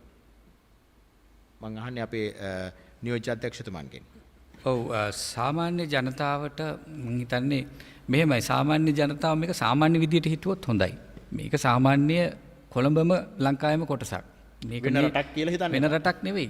මේක පෝට් සිටි. දැන් අපි හිතන්නකෝ සමහරට සාමාන්‍ය විදියට ඒගොල්ලන්ගේ ගමනක් යන්න ඕන නම් දැන් යනවා අපි හිතමු ගල්කිස්ස වෙරළට. එහෙම නැත්නම් වෙන කොහේ හරි අපි හිතන්නකෝ උස්වට ගියාව. එහෙම නැත්නම් කොහෙට හරි. ඉතින් ඒ වගේ පෝට් සිටි වෙරළ බලන්න අපි ෆැමිලි එකත් එක්ක පවුලත් එක්ක යනවා. ඊට පස්සේ එහෙම නැත්නම් මේකේ තියෙන මොකක් හරි සංචාරක නිකේතනයකින් හරි හෝටලයකින් හරි ඔවුන්ගේ ආහාර පාන ගන්න. මම මෙතුමන්ගෙන් අහුවාගේ ටිකට් එකක් කඩන්නේ නැහැ. වෙනම වීසා ගන්න එහෙම ප්‍රශ්න නැහැනේ. එහෙම මතයක් නම් මේ සමාජයේ කවුරුන් හෝ විසින් ඇති කරලා තිබුණා. නමුත් ඇත්තටම මෙහෙට එහෙම අවශ්‍යතාවයක් නැහැ. මොකද මේක රටේම කොටසක් පමණයි. විශේෂ වරප්‍රසාදයක් විශේෂ අවසරයක් මේකට ගන්න අවශ්‍යතාවයක් නැහැ. හැබැයි එක දෙයක් සඳහන් කරන්න ඕනේ මම තව පොඩි දෙයක්. මේකටම මේ ජනතාවට තියෙන අවශ්‍ය ප්‍රතිලාභ මොනවද කියන එකට මේක හරහා මම මුලිනුත් සඳහන් කරා, අපේ ඉංජිනේරුතුමත් සඳහන් කරා වගේ මේකේ විශාල ප්‍රමාණයක් රැකියා ඍජු වක්‍ර සහ ව්‍යාපාර අවස්ථා උදා වෙනවා. දැන් උදාහරණයකට ඉදිරි වසර 20 තුල ඉදිවෙන ඉදිකිරීම් කාර්යය තුල ඇතිවෙන දේවල්. එතකොට අපි හිතන්නකෝ ලේබර් සප්ලයි කියන්නේ අපි හිතමු කම්කරුවන් හෝ සේවකයන් සැපයීම, ඊළඟට සේවා සැපයීම, අමුද්‍රව්‍ය සැපයීම. මොකද මේකේ ඉදිකිරීමේ ප්‍රමාණය විතරක් වර්ග මීටර මිලියන 6.3ක්. ඒ කියන්නේ 6.3 මිලියන් ස්ක්වයර් මීටර්ස්. ඒ කියන්නේ අති දැවැන්ත වපසරයක ඉදිකිරීම යනවා. එතකොට එතන ඇතිවෙන කන්ස්ට්‍රක්ෂන් එහෙම නැත්නම් ඉදිකිරීම තුල ඇතිවෙන අවස්ථා, ඒකට අමුද්‍රව්‍ය සැපයන අවස්ථා. ඉතින් ඒක අති විශාලයි. ඊට අමතරව දැන් හිතන්න එතනින් එහාට ඔපරේෂනල් නැත්නම් ක්‍රියාත්මක අවධියේදී මෙහෙයුම් අවධියේදී මේ හැම ආයතනයකටම ප්‍රධාන රටේ සේවා මත යැපෙන්න සිදු වෙනවා. දැන් උදාහරණයකට මේකේ විදුලිය ගත්තොත් මෙගාවොට් 350ක විතර විදුලි බල අවශ්‍යතාවයක් තියෙන එක ප්‍රධාන දිවයිනෙන් ප්‍රධාන කොළඹ ආසිතව ප්‍රධාන විදුලි පද්ධතියෙන් ලබා ගන්නෙ. ජලය ගත්තොත් ඝන මීටර් 30000ක් පමණ දිනකට අවශ්‍යයි. එතකොට ඒවත් ප්‍රධාන දිවයිනෙන්. ඉතින් අපෙන් සමහර අය විමසීම් කරනවා ඇයි මේක ස්වාධීන නගරයක් කරන්න බැරි? ඇයි රටට බරක් වෙන්න ඕනේ මේක? එහෙම නැත්නම් ඇයි රටෙන්ම ගන්න කියලා. ඉතින් ඒකට වඩා අපි බලාපොරොත්තු වෙන්නේ මේක රටත් එක්ක යාබද්ද වෙච්ච එකක්. මේක 아무තු කොටසක් නෙවෙයි. එතකොට දැන් කොළඹ කොටසක් වෙනම දැන් කොළඹ 13 14 කියලා ගිහලා අපි හිතමු කොළඹ 18 20 කියලා කෑලි දෙකක් තුනක් කැඩුවොත් අලුත් කලාප ටිකක්. ඒකටත් කොළඹ නගර සභාවෙන් එපයි සහයෝගය දෙන්න. රටේම විදුලි පද්ධතියෙන් එපයි විදුලිය දෙන්න. ඒ වගේ දෙයක් තමයි මේක සිද්ධ වෙන්නේ. හැබැයි අපි මේක තවත් ඊට ඉහළ මානයක ඉඳලා බැලුවොත් දැන් අලුතෙන් මේක ජනනය වෙන ප්‍රදේශයට අලුතෙන් ඇති වෙන ප්‍රදේශයට විදුලිය උදාහරණයක් ගත්තොත් විදුලිය දෙන්න නව විදුලිය උත්පාදනය කරන්න සිදු වෙනවනේ. ගන්න. එතකොට සමහර කෙනෙක්ට මතයක් එන්න පුළුවන් මේ තියෙන විදුලියත් මදිව තව කොහොමද දෙන්නේ කියලා. ඉතින් ඒකට තමයි නව ආයෝජනයක් රජය විසින් ඒකට කරලා අලුත් විදුලිය උත්පාදනය කරන්නේ. මොකද මේ අලුතෙන් උත්පාදනය කරන විදුලිය හෝ ජලය ඒකට යොදවන ප්‍රාග්ධනය නැවතත් රජයට ඍජුවම ලබන්න පුළුවන් මේ පෝට්සිටි ව්‍යාපාරයට මේ සේවාවල් විකිණීම තුළ. ඒක අති විශාල ආදායමක්. මොකද මේකේ පදිංචිව සිටින අය ඩොලර් වලින් විදේශ විනිමයෙන් ආදායම ලබන අය. සමහරට ඩොලර් 10,000 20,000 වෙන්න පුළුවන්. අපේ ගත්තොත් එහෙම ලක්ෂ 30 40 50 රැකියාවල් ලබන අය වෙන්න පුළුවන්. ඉතින් ඔවුන්ගේ වියදම් කිරීමත් ඒහා සමානයි. එතකොට ඔවුන්ට ඒවා අපිට ප්‍රධාන දිවයින තුල නිෂ්පාදනය කරනු ලබන මේ සේවාවන් හා භාණ්ඩ විකිණීමේ යම් ආකාරයක විකිණීමේ මධ්‍යස්ථානයක් බවට පත් වෙන පෝට්සිටිය. එතකොට නැවතත් ඍජු ආදායම් මාර්ගයක් ප්‍රධාන දිවයිනේ ඉන්න සියලු දෙනාට වෙනවා. ඊට අමතරව වෙළඳ පොලක් මැවෙනවා. ඊට අමතරව හිතන්න මේකේ ඉන්න 70,000ක් 80,000ක් විතර පර්මනන්ට් රෙසිඩන්ට්ස්. ඒ කියන්නේ ස්ථිර පදිංචිකරුවන්. එතකොට ඕන් අපි හිතන්නකෝ අපිට මේ කොරෝනා කාලේ දවසක් සතියක් දෙකක් වැහුවම ඉන්න අමාරුයි එක තැනක. එතකොට ඔබට හිතන්න පුළුවන්ද මේ පෝට්සිටි එකේ මේ වර්ග කිලෝමීටර් 2.6 ඇතුළේ හැමදාම අවුරුදු 10ක් 15ක් මේගොල්ලෝ ඉඳී කියලා. මොවුන් නිතරම දිවෙන්නේට යනවා. මොවුන් සංචාරක කර්මාන්ත වලට කියන්නේ අපේ තියෙන සංචාරක පුරවල් වලට යනවා. අපේ සීගිරියට යනවා, දඹුල්ලට යනවා. ඊට පස්සේ ගාල්ලට උණුවටුනට යනවා. ඒගොල්ලෝ ගිහිල්ලා ඒගොල්ලෝ ඩොලර්ස් වලින් දහස් ගණන් වියදම් කරනවා. ඒ කියන්නේ අපි ගිහිල්ලා අපේ වියදම් කිරීමේ ශක්්‍යතාවයට වඩා උන්ගේ ඉතාමත් ඉහළයි. එතකොට හිතන්න උන්ට ජනනය වෙන රැකියා අවස්ථාවල් ඊළඟට මේ ටුවර් ගයිඩ්ලට ඊට පස්සේ හොටල් සම්බන්ධ රැකියාවල් ඊළඟට එළවලු පළතුරු ඊළඟට ගෘහ භාණ්ඩ මේ වගේ සේවාවල් ගත්තම මේක වචනයෙන් අපිට නැත්තම් ඉලක්කමකින් ගණන් හදලා කියන්න පුළුවන් ප්‍රතිලාභයක් නෙවෙයි. ඇත්තටම ශ්‍රී ලංකාවේ කොළඹ ඉඳලා මං හිතන්නේ අපි හිතමුකෝ අනිත් පැත්තට ගත්තොත් දෙවුන්දර තුඩුවේ ඉඳලා පේදුරු තුඩුවට දක්වා ඉන්න සමස්ත ජනතාවට ප්‍රතිලාභ ලැබෙන මහා කප්රුකක් ධන නිදානයක් කියලා මම මේක සඳහන් කරොත් නිවැරදි. අපි ඒක ධනාත්මකව දකින්න ඕනේ.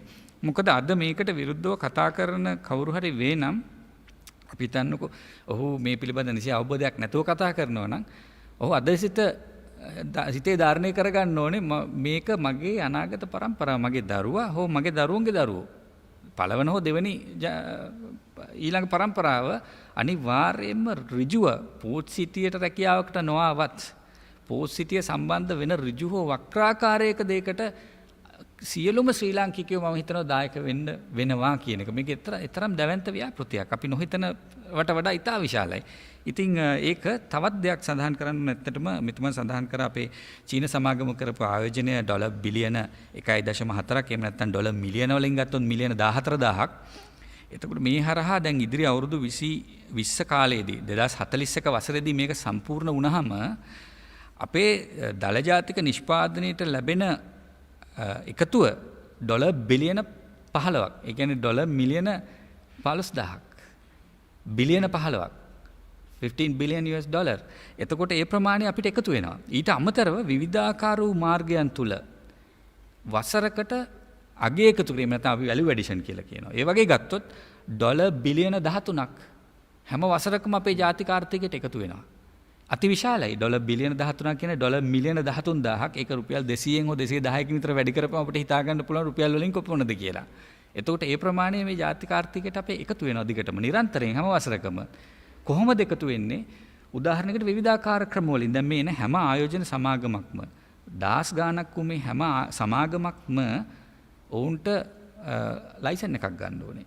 අපි මං කිව්වා අපේ එක තැනකින් පහසුකම් සපයන සිංගල් වින්ඩෝ ෆැසිලිටේෂන් සෙන්ටර් එහෙම නැත්නම් එක පහසුකම් සපයන ස්ථානයක් තියෙන. එතනින් ඔවුන්ට අවශ්‍ය සියලු ඔවුන්ගේ ව්‍යාපාර පිළිබඳ අධ්‍යයනය කිරීම, අවසරපත් නිකුත් කිරීම, ඊට පස්සේ ලයිසන් නිකුත් කිරීම, නියාමනය කිරීම, පාලනය කිරීම, බලගැන්වීම සියල්ලම එක තැනකින් සිද්ධ වෙන්නේ. අර විශ්වාසය කියන පදනමත් එතනින්ම ගොඩ ගැහෙනවා. ගොඩ නැගෙනවා. එතකොට මුන්ට වෙන වෙන ආයතන පස්සේ යන්න ඕනේ නැහැ. අනවශ්‍ය විදියට කවුටවත් එන්ටර්ටේන් කරන්න එහෙම නැත්නම් ගෙවීම් කරන්න ඒක අවශ්‍ය නැහැ. ආයෝජකයාගේ විශ්වාසය දිනාගෙනමයි අපි මෙතනින් ඇතුළට හුව ගන්නෙ. අර සමස්ත ප්‍රතිලාභත් දෙන අතරේ. එතකොට ඔවුන්ගෙන් ජාතික ආර්ථිකයට එකතු වෙන්නේ ඔවුන් ලයිසන් එකක් එහෙම නැත්නම් බලපත්‍රයක් ගන්න ඕනේ. අවුරුදු පතා මේක නැවත අලුත් කරන්න ඕනේ.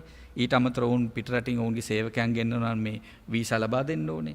වෙන පරිපාලන මුදල් තියෙන ගුවන් ගමන් බලපත්‍ර වලට යන වියදම අපිට රටට ලැබෙන්නේ. ඊට පස්සේ ඔවුන් ඇවිල්ලා නවතිනවනේ මේ රටේ හෝටල් වලට ලැබෙන ආදායම අපේ රටේ හෝටල් වලට ලැබෙන්නේ. මේ අනුව බැලුවම තමයි මේ ඩොලර් බිලියන 13ක් වගේ කියන ආදායමක් නිරන්තරයෙන් අපේ ජාතික ආර්ථිකයට එකතු වෙන්නේ. මේක තමයි අපේ රටට ලැබෙන ආර්ථික ප්‍රතිලාභය සියල්ල සමස්ත ජනතාවට මම කියන්න කැමතියි. හොඳයි දැන් මේ ආර්ථික ප්‍රතිලාභ දැන් මෙහින් විශාල ආර්ථික ප්‍රතිලාභයක් රටට ලැබෙනවා කියන එක පිළිබඳව යම්කිසි සාකච්ඡාවක් ගොඩනැගෙමින් තිබෙන්නේ. මහාචාර්ය සිරිමල් අබේරත්න මහත්මයා අපි වැඩසටහනේ අවසන් විනාඩි කිහිපයකට එළඹෙන නිසා මේ ආර්ථික හැරවුම් ලක්ෂ්‍ය අපේ රටේ පුරවැසියා කොහොමද තේරුම් ගන්න ඕනේ, කොහොමද කියවා ගන්න ඕනේ, කොහොමද මේකට අපේ රටේ පුරවැසියා සූදානම් වේ යුතුයි? ඔබතුමන් මේක ආර්ථික විද්‍යාත්මකව දකින කෙනෙක් විදිහට. ඔව්. දැන් අපි හතුරු මහත්තයා හඳුන් කළා රටේ දළදේශීය නිෂ්පාදිතයට වරාය නගරයෙන් එකතු වීම. මෙහි මේ වරාය නගරයේ ගොඩ නැගීම නිසා ඒ නිර්මාණයෙන් එකතු වෙනවා ඩොලර් බිලියන 15ක් නේද කිව්වේ. එතකොට අපේ දැනට තියෙන්නේ අපේ මුළු ආර්ථිකයේ වටිනාකම වෙන්නේ ඩොලර් බිලියන 85ක් විතර. එතකොට අපි එකපාරටම ඩොලර් බිලියන 100 දක්වා අපේ ආර්ථිකය විශාල වෙනවා. ඒක තාම එකතු කරලා නැහැ මං හිතන්නේ. මට සංඛ්‍යා ලේඛන දෙපාර්තමේන්තුවෙන් ආරංචි වුණු විදිහට තාම එකතු කරලා නැහැ. හැබැයි එකතු කරන්න බලාපොරොත්තු වෙනවා ඉදිරියේදී. ඊළඟට මේක ඇති වෙන ව්‍යාපාර වලින් දෙවනුව දැන් ඔය කීවේ ඩොලර් බිලියන 15 කීවේ මේකේ ගොඩනැගීමේ කන්ස්ට්‍රක්ෂන් එකේ එකතු වීම. ඊට පස්සේ ඇති වෙන ව්‍යාපාර ආයෝජන වලින් වාර්ෂිකව හැම වර්ෂයේම නැවත එකතු වෙනවා අර වගේ ප්‍රමාණයක්. ඩොලර් බිලියන 13ක්. 13 ගානේ එකතු වෙනවා. එතකොට ඒක තව වර්ධනය වෙන්න පුළුවන්. මොකද අපි ආර්ථික විද්‍යාවේ කතා කරනවානේ අර ගුණක ප්‍රතිවිපාක කියලා මල්ටිප්ලයර් ඉෆෙක්ට්ස් කියලා. එතකොට මේක 13 වෙන්නේ නැහැ. 13 15 20 25 30 50 ඔය විදිහට මල්ටිප්ලයි වෙවි ගුණ වෙවි යනවා ඉදිරියට. ඒක තමයි දැන් මේක අපිට සාමාන්‍ය කෙනෙකුගේ ඇහෙන් දකින්නට මේක වැදගත් වෙන්නේ කොහොමද කියන එකයි ගයන් අහපු ප්‍රශ්නය. මේක වැදගත් වෙන්නේ අත් වශයෙන්ම රටක ජනතාවකගේ ආදායම් වැඩි වෙන්නේ ඒක අපි අවශ්‍යයි. අපිට බලාපොරොත්තු වෙන්න ඕන ජනතාවගේ ආදායම් වැඩිවීම සියලුම ජනතාවගේ ආදායම් වැඩි වෙන්නේ රැකියා අවස්ථා වැඩි වෙන්නේ දුප්පත්කම නැති වෙන්නේ. මෙන්න මේ කාරණා සිද්ධ වෙන්නේ වෙන කිසිම හේතුවක් නිසා නෙමෙයි ආර්ථික වර්ධනය නිසා. එතකොට ආර්ථික වර්ධනයට එකතු වීම තමයි අර හත්තුරු මහත්තයා පැහැදිලි කළේ. ඒ අනුව තමයි අපි තීරුම් ගන්න ඕනේ දැන් අපේ රටේ ඉන්න කම්කරුවාගේ, ගොවියාගේ, එහෙම නැත්නම් දීවරයාගේ දූපුතුන්, ඒ අයගේ දූපුතුන් මේ වගේ ස්ථානවල රැකියාවලට එනවායි කියලා කියන්නේ අපි ඒගොල්ලන්ගේ ආදායම් වැඩි වෙනවා කියන එක. එතකොට මේක පරම්පරාවෙන් පරම්පරාවට ආදායම් වැඩි වෙනවා. ඊළඟට මෙතන ඇති වෙන ව්‍යාපාරික කටයුතු රටේ තියෙන ව්‍යාපාරික කටයුතු නිෂ්පාදන කටයුතු එළවලු මාළු පළතුරු වගා කිරීම ඒවත් එක්කත් ගත්තහම ඒ විදිහට වැඩිවීමෙන් තමයි අර ආර්ථික වර්ධන වේගය අර මල්ටිප්ලයර් ඉෆෙක්ට්ස් ගුණක විදිහට වැඩි වෙන්න පටන් ගන්න. ඉතින් මේවා ආදායම් වැඩි වෙන්න, රැකියාව වැඩි වෙන්න සහ දුප්පත්කම අපේ රටේ අඩු වෙලා යන්න නැති වෙලා යන්න ඉදිරි අවුරුදු 20 25 වෙනකොට මම හිතනවා ලංකාව සුවිශේෂ ස්ථානයකට එනවයි කියලා මේ ආසියාවේ රටවල් අතර. ඊළඟට දැන් මේ දේ සිද්ධ වෙන්න නම් අවියර මං කලින් කිව්ව මතේ තමයි මං ආයේ එන්නේ. මේක හොඳම ඒ වගේනොත් හොඳම දෙයක් විදිහට එන්න එපා. මං හිතන්නේ ඒ ගැන අපි වැඩියෙන් අවධානය යොමු කරන්න ඕන කොහොමද වරාය නගරයේ වඩාත්ම හොඳ දෙයක් හොඳ තැනක් බවට පත් වෙන්නේ. කරුණු දෙක තුනක් මම සඳහන් කරන්න කැමතියි. අපි කලින් කරපු වාර්තාවකත් තිබිච්ච කරුණු ලක්ෂ්මන් මහත්තයත් එක්ක අපි ඉස්සර වාර්තාවක් කළා මේක පිළිබඳව. ඒකේ තිබිච්ච කරුණු කීපයක්. දැන් ඔය ස්මාර්ට් සිටි කියන එක ලෝකයේ නගර ස්මාර්ට් සිටි බවට පරිවර්තනය වෙමින් යනවා. හැබැයි තාම මුළුමනින්ම ස්මාර්ට් වුණු සිටි එකක් ලෝකේ හොයාගන්න නැහැ. මේක දැන් අලුතින්ම පටන් ගන්න තැනක් නිසා මේක මුළුමනින්ම ස්මාර්ට් සිටි එකක් බවට ඒක මම හිතන්නේ ඒකේ තේරුම පැහැදිලි කරන්න මේ අවස්ථාව නෙමෙයි. ස්මාර්ට් සිටි එකක් බවට පත්වීම. දෙවෙනි එක විදුලිය ගැන වතුර ගැන උපයෝගිතා අංශ ගැන සඳහන් කළා. දැන් අපි දන්නවා අපේ රටේ තියෙන විදුලිය, අපේ රටේ තියෙන වතුර පිළිබඳව, අපේ රටේ තියෙන කුණු කසල බැහැර කිරීම පිළිබඳව තියෙන ගැටලු දුර්ලභකම් මොනවද කියලා දන්නවා. දැන් මේ දේවල් සියල්ල මම හිතන්නේ මෙතන වෙනස් විය යුතු දෙයක් වෙනවා. ඊළඟට පරිසරය කියන එක මම හිතන්නේ ජාත්‍යන්තරවාද ඉතාමත්ම අතිශයින් වැදගත් වෙච්ච කාරණාවක් පරිසරය කියන එක. පරිසරය අපිට අපනයනය කරන්න බෑ. අපිට යුරෝපා ඇමරිකා වෙළඳ පොළවල් වලට යන්න බෑ. පරිසරය පිළිබඳව තියෙන ප්‍රමිතීන් අපේ නිෂ්පාදනවල අපේ සේවාවල නැත්තම්. එතකොට මෙතන ඇත්ත වශයෙන්ම අලුතෙන්ම පටන් ගන්න තරම් නිසා මේ පරිසරය පිළිබඳව තියෙන නූතන ප්‍රමිතීන් උදාහරණයක් වශයෙන් ගත්තොත් කාබන් නියුට්‍රල් සිටිස් කියන එක අද අලුත් සංකල්පයක්. Carbon neutral. ඒ කියන්නේ කාබන් අපේ පැහැදිලි කරන්න අවශ්‍ය නැහැ මම හිතන්නේ ඒක මේ වෙලාවේ. කාබන් නිකුත් කිරීම සම්පූර්ණ බිඳුවට අඩු කරගත්ත නිෂ්පාදන නගරයක් බඩපත් වීම. ඉතින් මෙන්න මේ වගේ අලුත් කොහොමද අපි සිංගප්පූරුවට ඩුබායි වලට ඕවා හදන්න කාලයක් තිබුණේ නැහැ. මොකද ඒ කාලේ වෙනකොට ওই තාක්ෂණ තිබුණේ නැහැ. නමුත් අද අපිට ඉඩකඩ තියෙනවා. තියෙන දැනට තියෙන නවීනතම තාක්ෂණය යොදාගෙන මේක ආසියාවේ හොඳම ව්‍යාපාරික කේන්ද්‍රස්ථානයේ බවට පත් කරන්න. හොඳයි අපි අවසන් විනාඩි කිහිපයට එළඹ ඇති බැවින් අපි මම කැමති ලක්ෂ්මන් සිරිවර්ධන මහත්මයා සහ කනිල් හත්තොටුව මහත්මයා අතර මේ කාලය බෙදා හරින්න.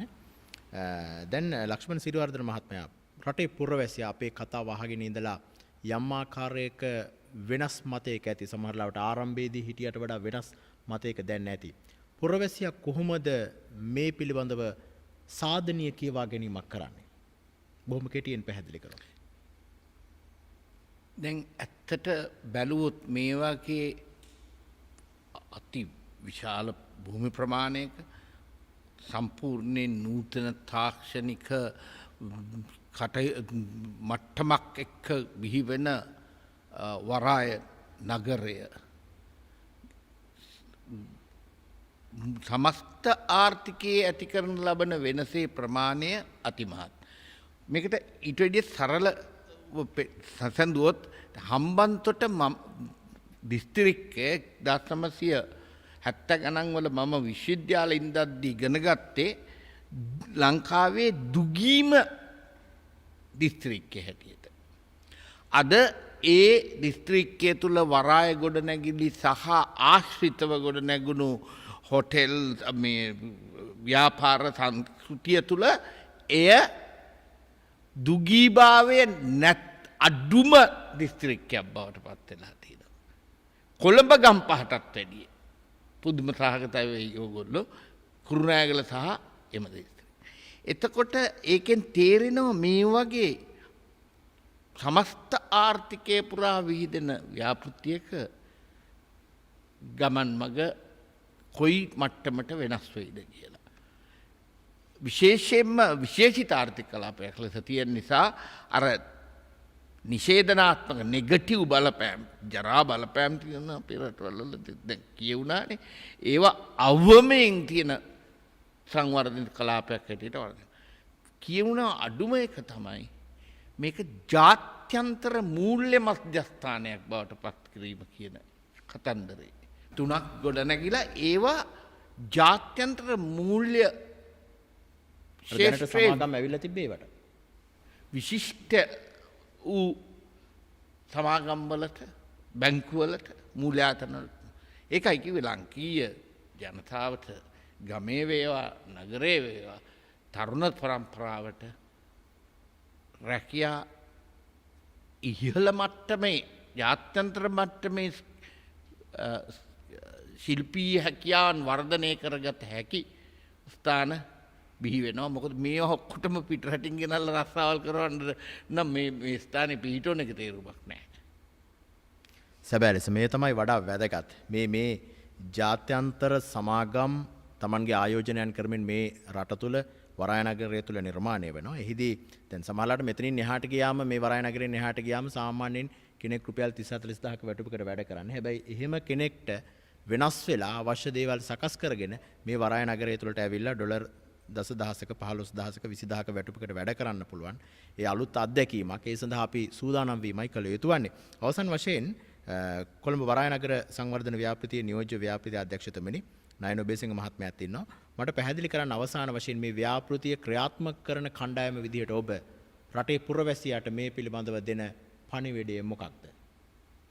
ඊටම වැදගත් මුල්ම වැදගත් පණිවිඩය තමයි අපි මේ පැය දෙකක් කාලයක් තුළ මේක ඊටාම සවිස්තරාත්මකව කතා කරා. ඊටාම කෙටියෙන් රටේ ඉදිරි පරම්පරාවේ අනාගතයට මංමාවත් විවර කරන තෝතැන්නක් මේක. මෙතන තමයි ගේට්වේ එක.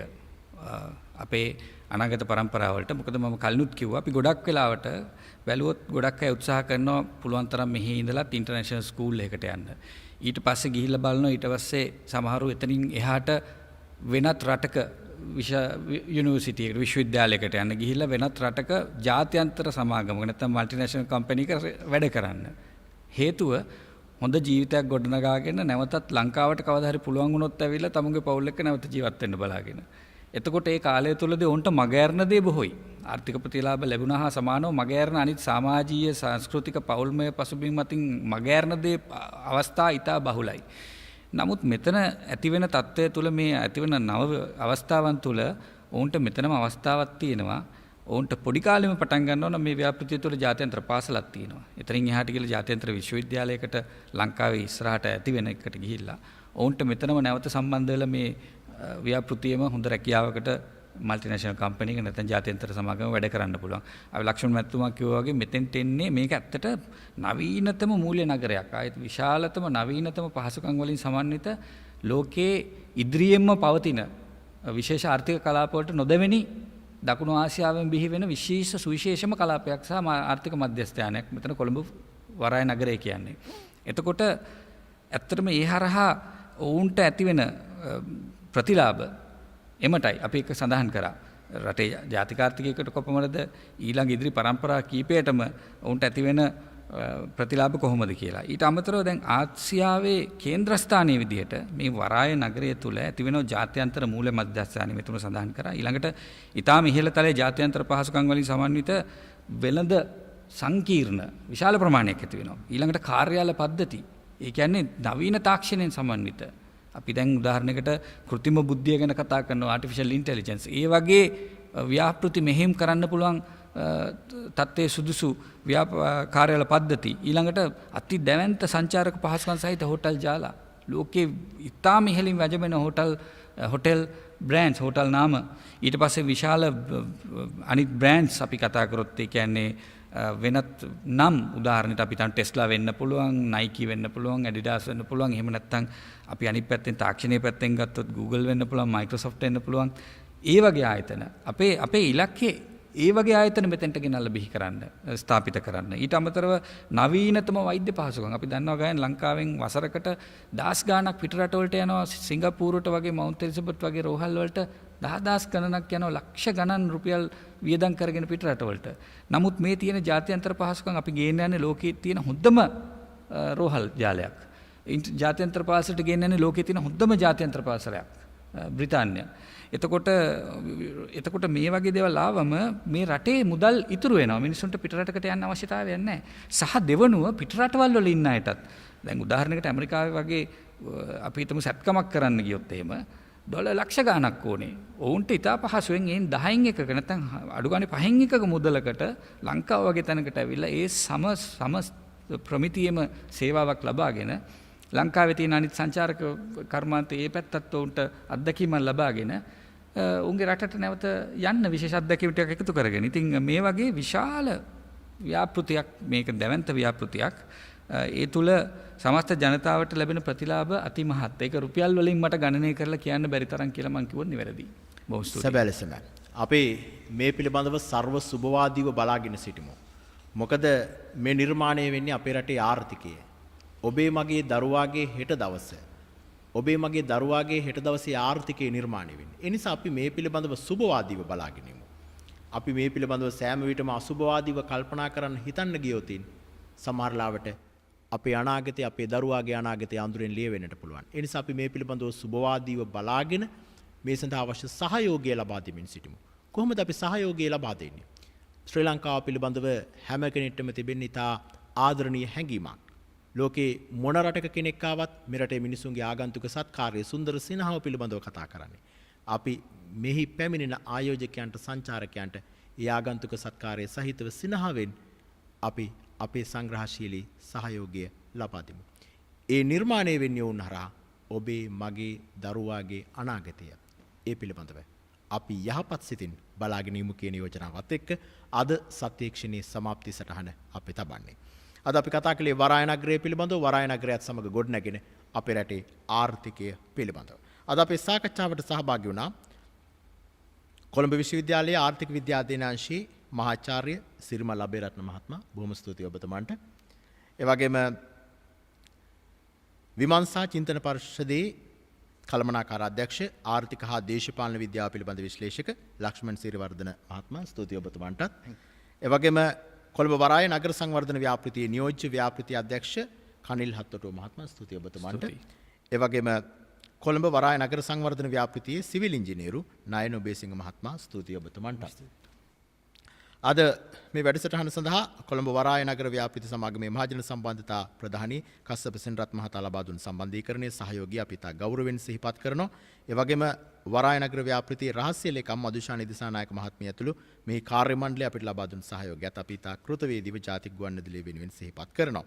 අද සත්‍යක්ෂණී වැඩසටහනේ සම්බන්ධීකරණයේ උමන්දා කුමාරී මහගෙදර පටිගත කිරීම සඳරුවන් ලියනකි.